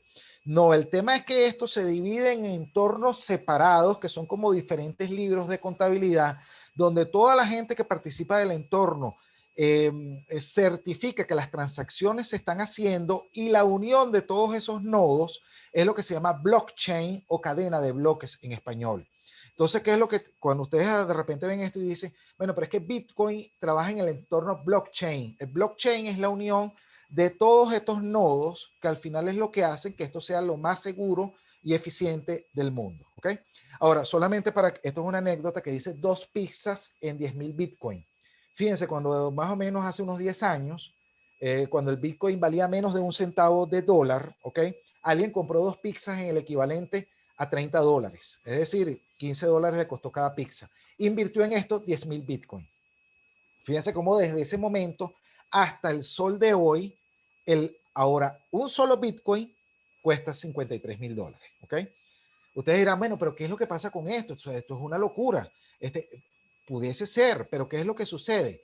En la medida que la gente que administra, y vuelvo y repito porque esto es importante tenerlo claro, en la medida que cada gobierno o que cada banco central siga siendo una medida insensata para quitarle valor a el dinero que circula, van a surgir más y más criptomonedas. Como les dije, la primera fue Bitcoin en 2009, la primera de ellas. Y hoy día hay en promedio más de 7.000, unas 7.200 criptomonedas, por decirlo de una manera.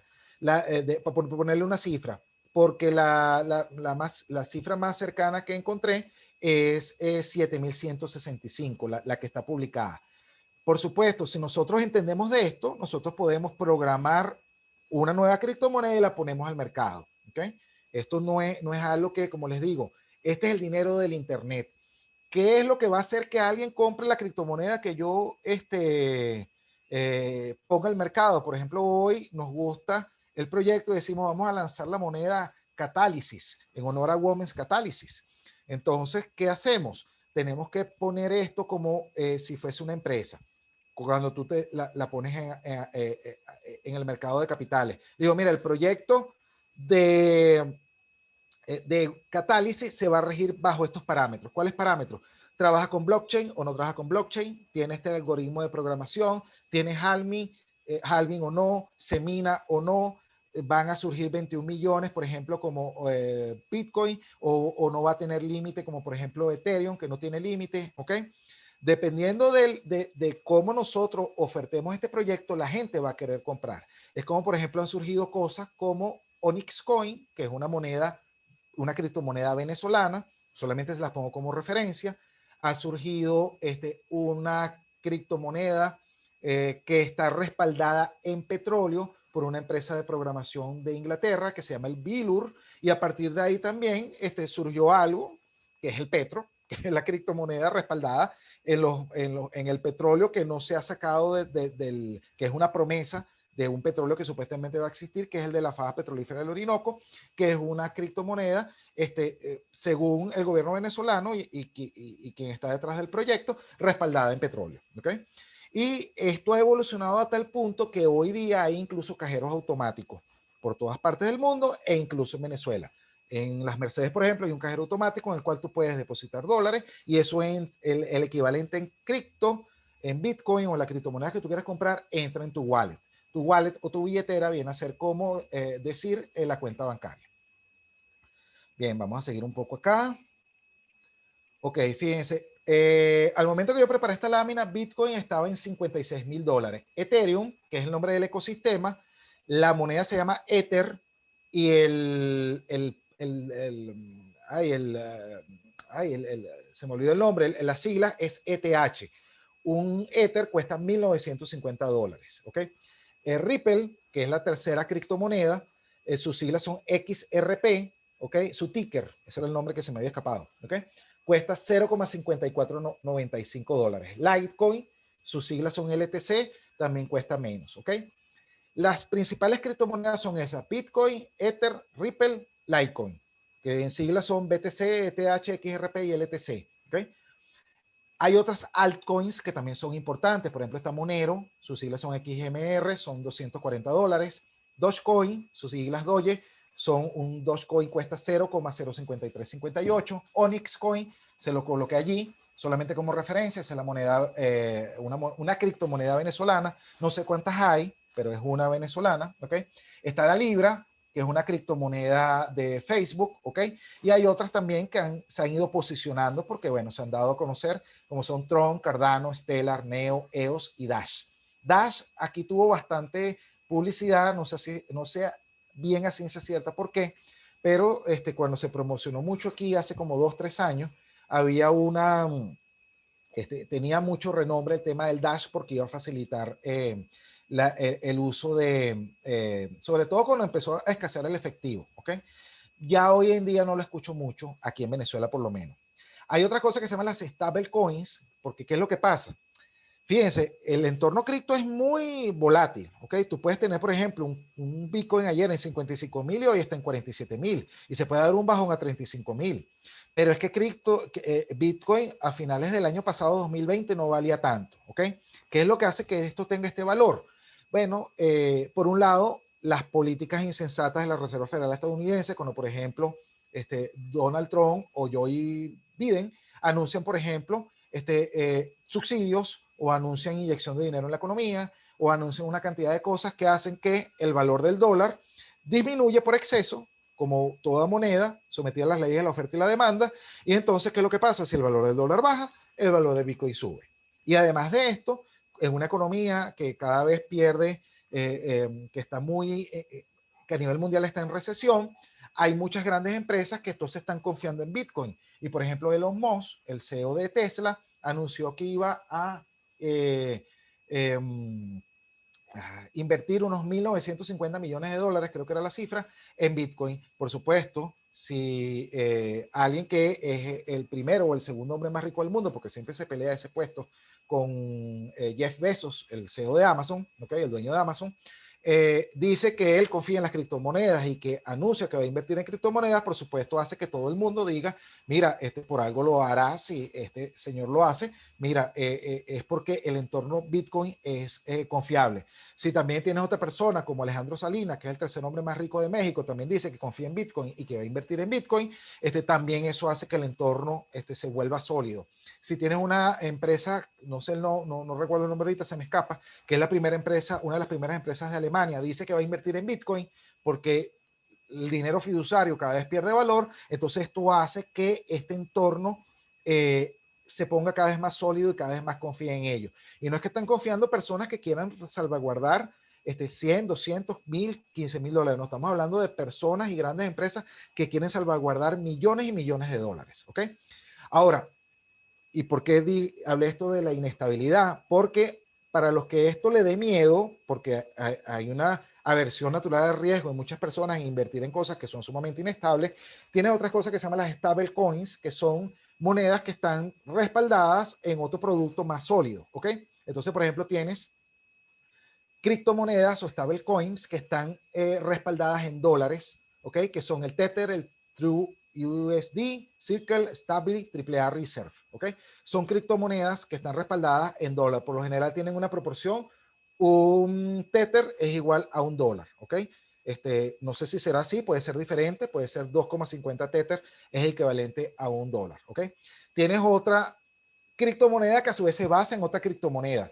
Tienes, por ejemplo, el DAI, que es una plataforma aparte que está respaldada en Ethereum, ¿ok? O tienes otras que están respaldadas en oro, como Digix, Paxgold, Goldmin, EconGold, Tiberius.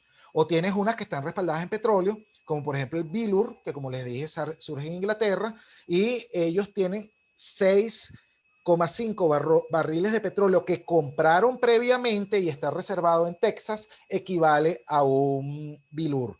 6,5 barriles de petróleo que lo tienen guardado y almacenado.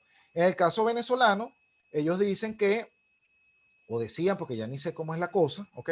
Que un petro iba a ser igual a un barril de petróleo, pero un barril de petróleo que no está extraído, que no está almacenado, que está, no sé, a kilómetros debajo de la faja petrolífera del Orinoco. Tienes otros criptomonedas que tienen su valor o su respaldo en inmuebles como Decentraland, Propi, de BitToken, etcétera, etcétera. Y tienes otros que se basan en un algoritmo de programación que las personas que entiendan, que se han entendido en esto y vean que el algoritmo es suficientemente sólido, confiarán en esto, que tienes como criptomonedas como Fragments, Carbon, Koala. Y esto es lo principal. Si me pongo a enumerar las 7,165 criptomonedas que han surgido, bueno, se nos fuera la exposición solamente enumerándolas, ¿ok? ¿Por qué? Bueno, porque esto es la gran tendencia. Seguimos. Aquí hay un cuadro comparativo entre las tres principales. Tienes, por ejemplo, Ripple, Bitcoin y Ethereum. Ahí están los años de lanzamiento, 2012 Ripple, 2009 la más antigua Bitcoin, 2015 Ethereum. Ahí está la velocidad de las transacciones.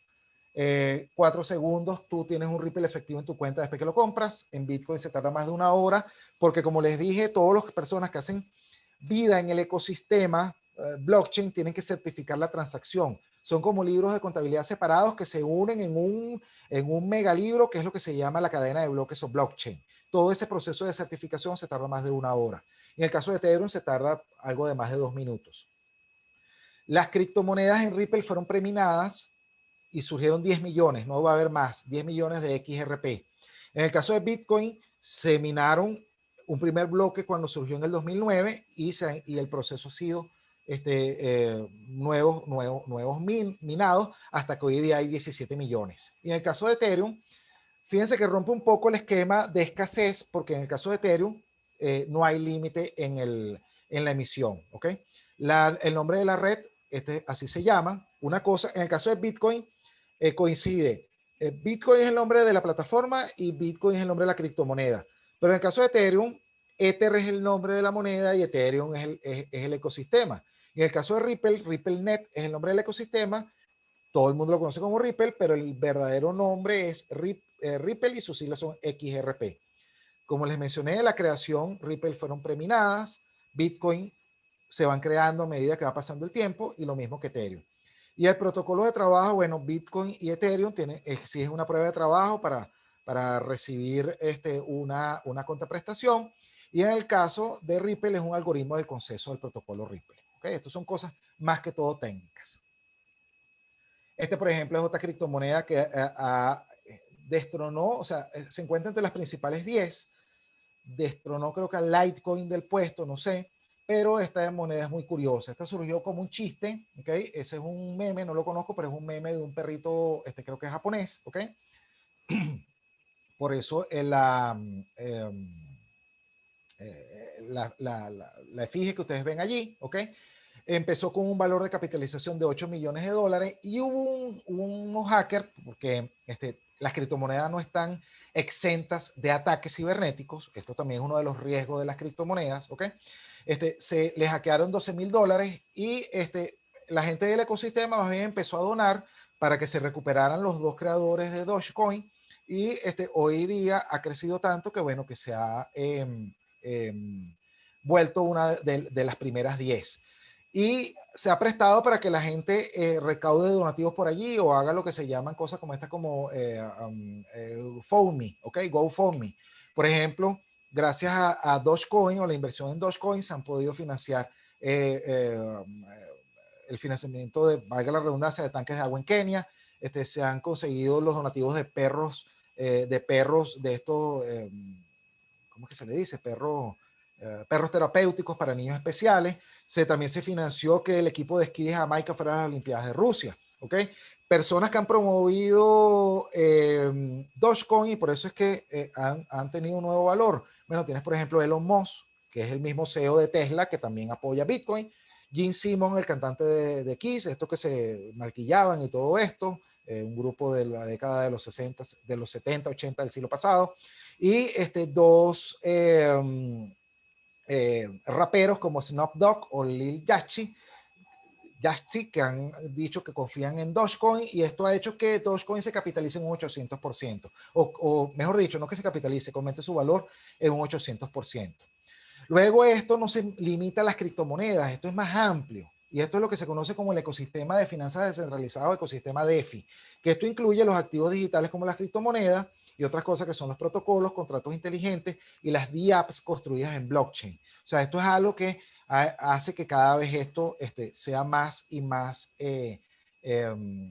apreciado y confiado por el mundo.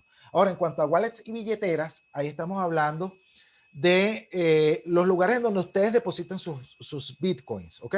Y tienes lo que son las billeteras en caliente y las billeteras en frío.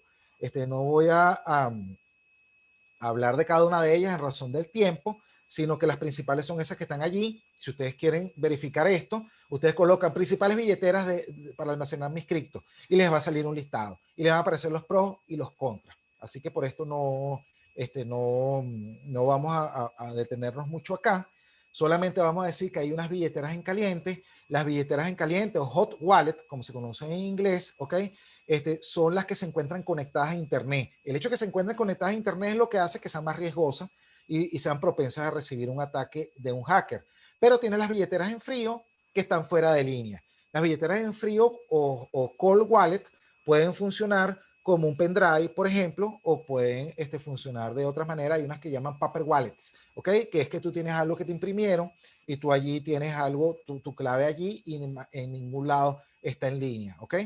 Entonces, ¿qué sucede con esto? ¿Ok? Ustedes pueden contratar su billetera por su lado o también utilizan la billetera que el exchange le pone a disposición. ¿Y qué es el exchange?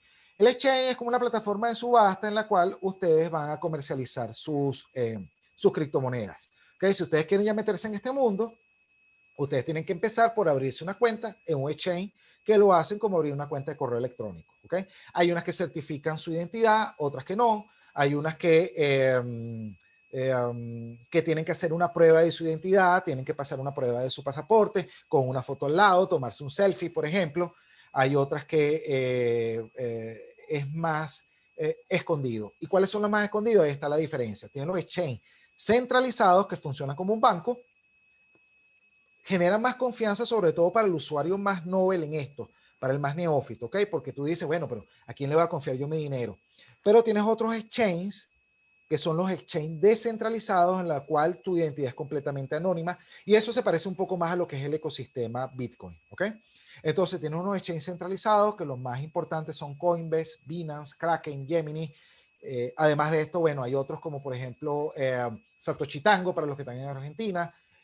Tiene por ejemplo Local Bitcoin, con el cual tú puedes comercializar monedas aquí en Venezuela, y bueno, muchísimos otros más, ¿ok?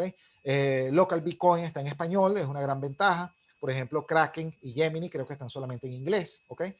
Pero si te vas a los exchanges descentralizados, en su concepción, bueno, como mencioné, funciona más o menos de la misma manera en que lo hace un Bitcoin, ¿ok? No hay una base centralizada. Así como hay una cadena de bloques, ¿ok? Que certifican todas las transacciones y todas se unen en ese gran conjunto que se llama blockchain. Cuando tú tienes un exchange centralizado, tus bitcoins reposan en Coinbase o en Local Bitcoin, por ejemplo. Pero cuando tú hablas de exchange descentralizado, es un montón de gente. Tú eres parte o puedes ser parte de un exchange descentralizado y así sucesivamente. ¿Ok? Fíjense aquí, cada computadora que forma parte del ecosistema, cada computadora forma parte de ese servidor. ¿Ok? Si una computadora falla, el ecosistema no cae, ¿ok? Porque el ecosistema es la suma de muchas personas participando. Distinto es a que, por ejemplo, ataquen, y esa es una desventaja, si de casualidad hay un ataque por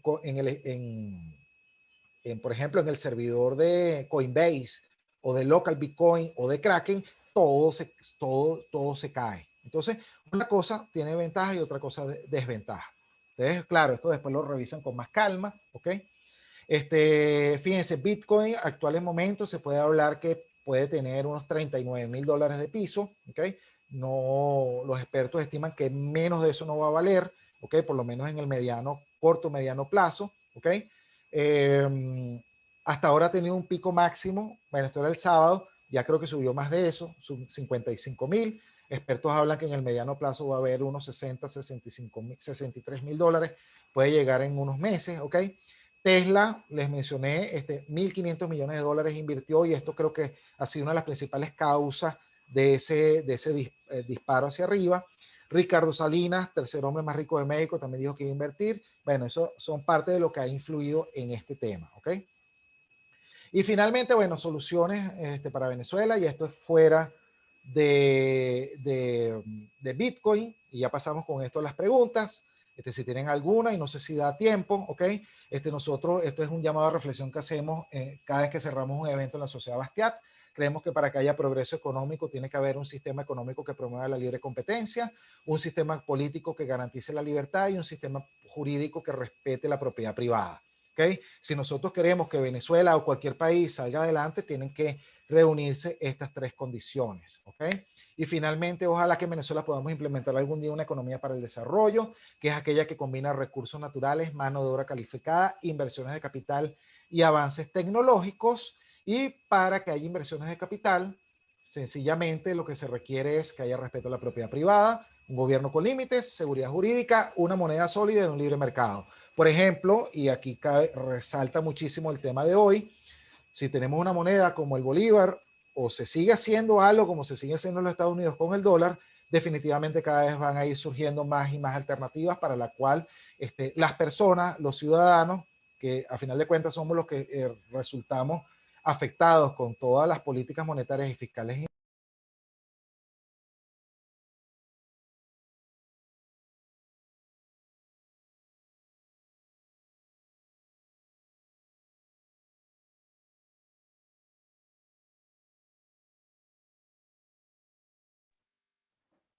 Profesor Luis, disculpe, se desactivó el audio, le estoy acá activando de nuevo el micrófono. Ok, perfecto, listo. Ah, muchas gracias. Ok. Bueno, los invitaba a que nos siguieran en las redes sociales.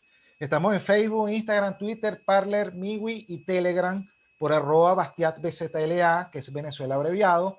También les invitamos a que vean nuestro trabajo, todos los eventos que hemos hecho.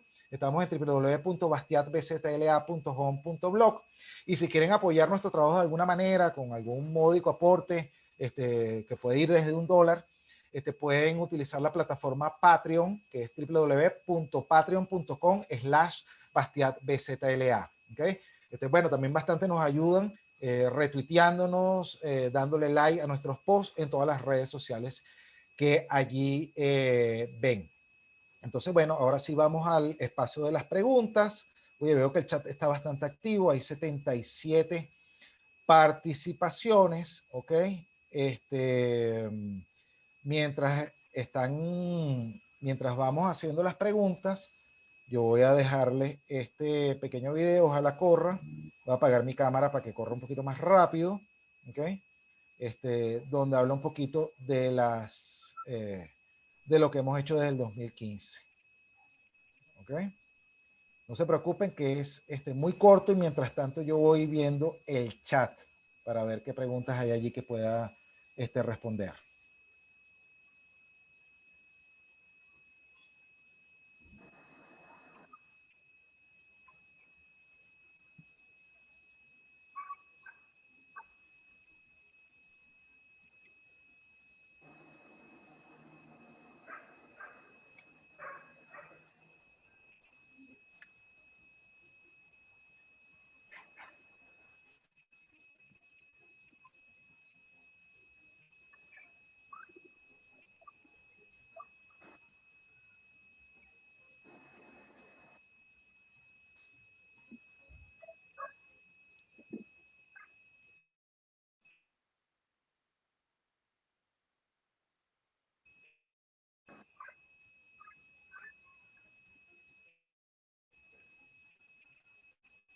Bueno, eso es toda la presentación. No sé aquí, Jonathan y Dubraska, ¿cómo prefieren? Oye, Dubraska creo que se desconectó. Jonathan, no sé si tú me ayudas con las No, preguntas. Yo aquí voy estoy. a ir agarrando Sí. una que tengo por acá y, y voy respondiendo. Aquí, por ejemplo, Oriana menciona otra moneda de Venezuela que no es muy conocida, que es el estatero. Bueno, primera vez que la oigo. Aquí es difícil saber todas las criptomonedas porque, bueno, como les mencioné, como 7.165 criptomonedas. Hay una persona aquí que creo que son varias preguntas, ¿no? ¿Que cuánto se requiere? Como les digo, mire, la ventaja de esto es que esto tiene después del 0,8 ceros más, ¿ok? Ustedes pueden comprar desde $50, $10, $20, ¿ok? Lo que pasa es que si se meten en local Bitcoin tienen unos márgenes mínimos. Pero, por ejemplo, si ustedes tienen una persona conocida en la cual ustedes quieran empezar a meterse en este mundo, tú les dices, oye, mira, yo quiero empezar con $10, ¿ok? Esta persona le dice, bueno, mira, deposítame por pago móvil, por una transferencia, por lo que sea, y te transfiere tus 0,00004 o 5 ceros posiblemente, la cantidad de Bitcoin equivalente. O te transfiere los ETH, Ether, o los Litecoin, LTC, etcétera, etcétera. ¿Okay? Como le mencioné, por lo general unos $80 pudiese ser el equivalente a un 0,4 o 5 ceros, 7 Bitcoins. Entonces, esto hace que, a pesar de que el valor de un solo Bitcoin completo de la unidad es excesivamente caro, ¿ok? Más de $50,000, tú puedas comercializar valores muy bajos, ¿ok? Estamos ahorrando en dólares, una moneda que se devalúa todos los años. Bueno, Francisco, fíjate, para los que están ahorrando en dólares y quieran probar las criptomonedas, pero aún piensan que es riesgoso, la recomendación son los stablecoins. ¿Okay? Los stablecoins son las criptomonedas que también participan del entorno, eso estaba en una diapositiva, y están respaldadas en dólares. Hay una, parece que se me escapan los nombres, ¿no? Que no estaba allí enumerada, que es igual, una equivalencia a 1:1. $1 o una criptomoneda de estas, ¿ok? Sí, bueno, José Blanco, es que esto de verdad que no es claro, ¿no? José Blanco dice, el petro no es una criptomoneda, sino supuestamente un criptoactivo, que no vale nada. Bueno, este, no recuerdo ahorita cuánto valen los aranceles de los pasaportes, pero por ejemplo, si ustedes van a sacar el pasaporte y vean lo que tienen que pagar en petro, bueno, no es tanto así como que no vale nada, ¿no? ¿Ok? Realmente la confianza en el petro se la está dando aparentemente el mismo gobierno, ¿ok? Por la cantidad por esa promesa de un petróleo que se va a extraer. Fíjense la diferencia con el Bilur, que para que esta empresa de Inglaterra haya dicho, mira, vamos a emitir Bilur, ellos primero compraron, no se me escapan las cifras, pero millones de barriles de petróleo que estaban almacenados en Texas, ¿ok? Y finalmente, ellos establecieron 6,5 barriles de petróleo equivalen a un Bilur, o un Bilur, no sé realmente cómo se pronuncia, ¿ok? Ajá. Aquí habla alguien de... Profesor, ¿sabes que por aquí Ajá, ajá. dejaron una pregunta? Que como amateur, ¿dónde puedo iniciarme y asesorarme? Tienen, ¿Dónde puedes iniciarte? Bueno, lo primero es, como les mencioné, investiguen. A ver, yo, además del tema de la Sociedad Bastiat, que es una ONG que hacemos en nuestro tiempo libre para promover las cosas que creemos que pueden sacar adelante a Venezuela, yo dirijo una agencia de marketing digital y nosotros escribimos artículos para 2 portales de finanzas, que son las que les invito a que visiten. Hay uno que se llama librosdefinanzaspersonales.com y hay otro que se llama másinversiones.com. Másinversiones.com y librosdefinanzaspersonales.com. ¿Okay? Los artículos que se publican allí en diferentes temas relacionados con la economía y la finanza, ¿okay? Y en criptomonedas, surgen del equipo de redactores que tenemos en la agencia, ¿okay? Al final, después que los redactores los preparan, yo los reviso y digamos que ya vienen con eh, vienen como, no certificados, pero vienen como depurados en el contenido, porque recuerden que esto es algo relativamente nuevo. Pero si ustedes quieren, además de estos dos que les estoy diciendo, que están en español y en los que yo participo, hay muchísimos portales de criptomonedas en los cuales ustedes pueden ir aprendiendo y se vayan empapando, ¿ok? Está, por ejemplo, es.cointelegraph.com, ¿ok? Cointelegraph, colocan en Google y les aparece el nombre completo. Ese es uno de los que a mí más me gusta porque es el que veo que son más activos publicando. Publican como 10 artículos por día, imagínense. ¿Okay? Entonces, todo lo que son las tendencias del mundo cripto lo pueden ubicar allí.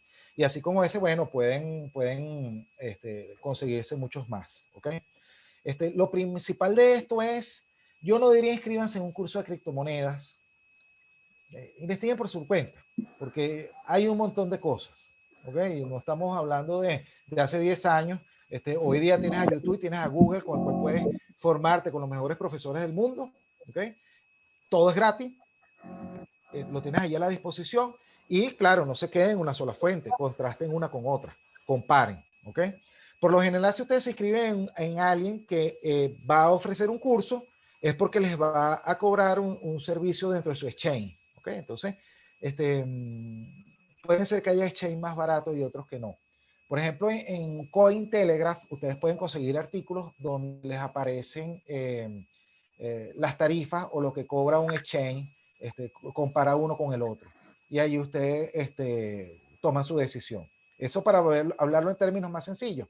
Es como que ustedes digan, bueno, voy a comparar la tasa de interés que me da el Banesco con el que me da el Banco Mercantil, para ponerlo en términos más sencillos. Por lo general, como les mencioné, los más utilizados y populares, porque utilizan monedas locales, son Binance y Local Bitcoin. ¿Okay? Y también Coinbase. Serían como los más, Coinbase, sería como escrito tal cual como se escribe.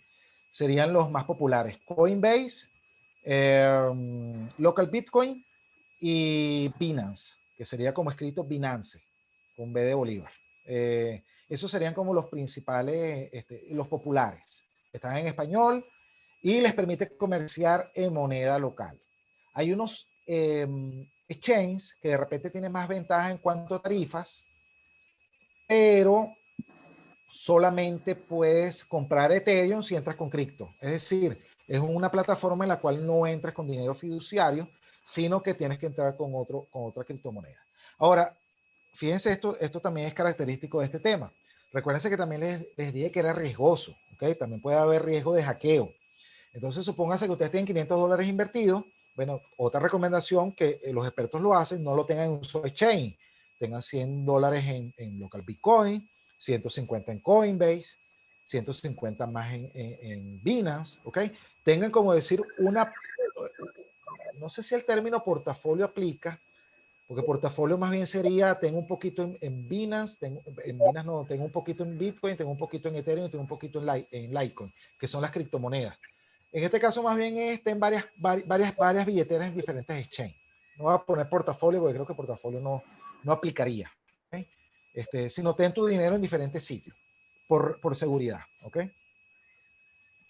Si quiero empezar desde cero para invertir, ¿cómo hago para hacerlo? ¿Tienen algún curso de esto? Bueno, mira, es la primera vez que sistematizamos algo en este taller porque Dubrasca me lo pidió y bueno, aprovechamos y sistematizamos todo esto en un primer taller introductorio que es este.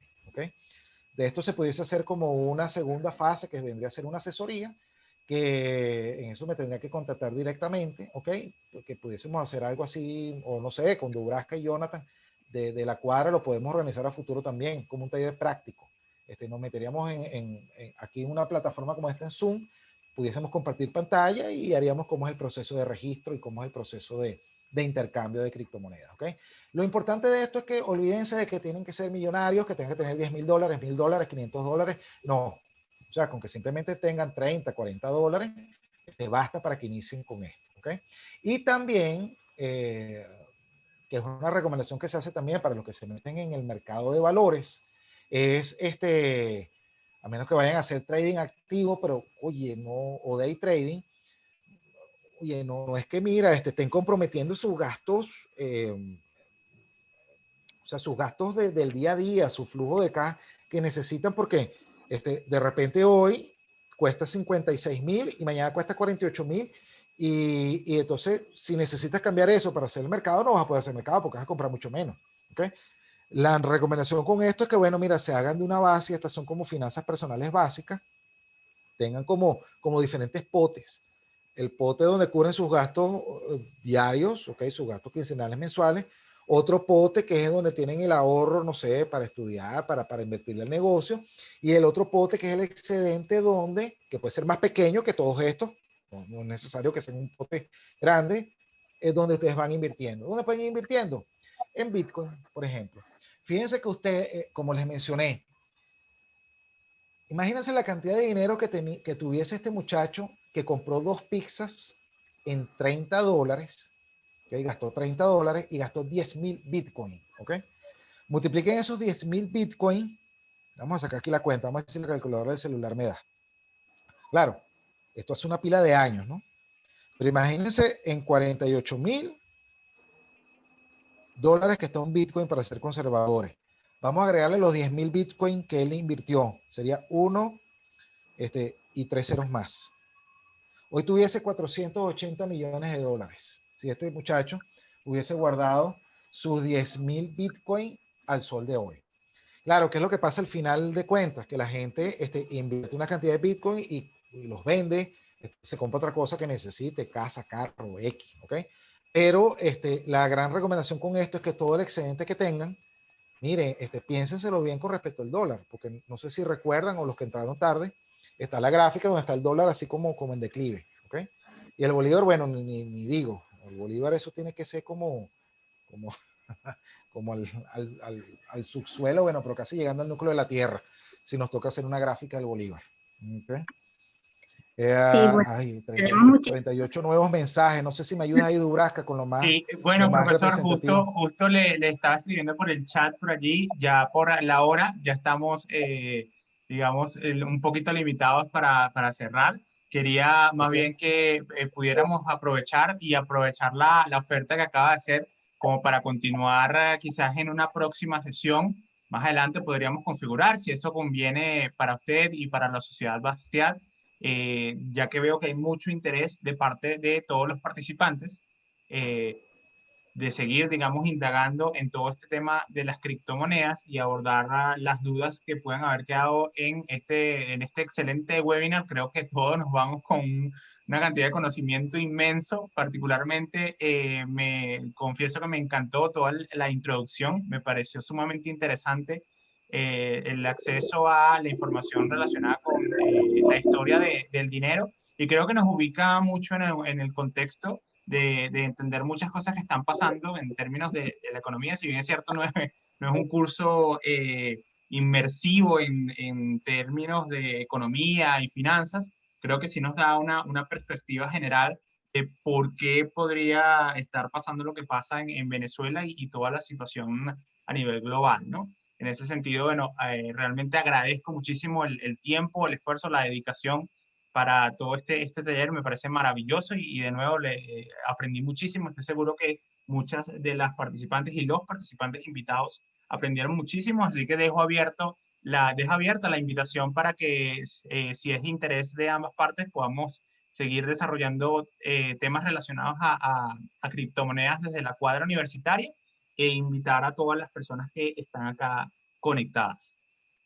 Jonathan y Durasca, si quieren antes que colguemos, por favor copien todo el hilo del chat y de ahí podemos sacar como las preguntas más resaltantes para comenzar por allí el siguiente taller. Les invito a que hagamos eso y bueno, sigamos adelante en la Sociedad Bastiat. Bueno, para nosotros fue un gusto y les agradecemos a ustedes, bueno, que nos hayan tomado en cuenta para compartir nuestro conocimiento con todo su público, con su audiencia. Y bueno, a la orden, @BastiatBCTLA, por allí nos pueden seguir la pista.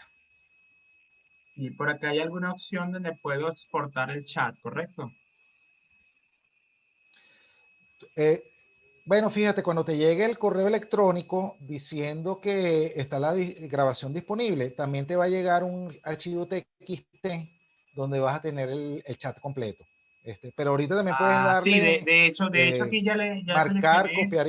salvar chat y ya lo salvé. Ya tengo todo el Buenísimo. chat guardado. Perfecto. Ok, perfecto. Excelente, profesor Bueno, Luis. amigos, De muchas nuevo, gracias muchísimas entonces. gracias. Gracias, Durasca, por organizar esta maravillosa sesión para aprender de criptomonedas. Y bueno, la invitación para todas las personas en este webinar es que sigan atentos de los eventos que vamos a seguir organizando desde la cuadra universitaria, y también todo lo relacionado a nuestro programa de Women's Catalysis para seguir empoderando mujeres emprendedoras venezolanas.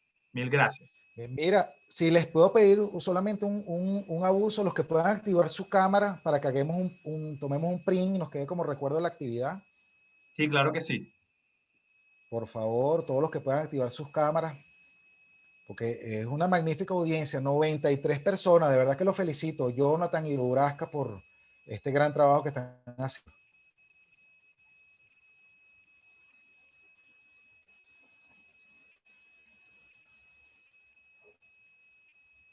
Vamos a ver que todavía están activando cámaras.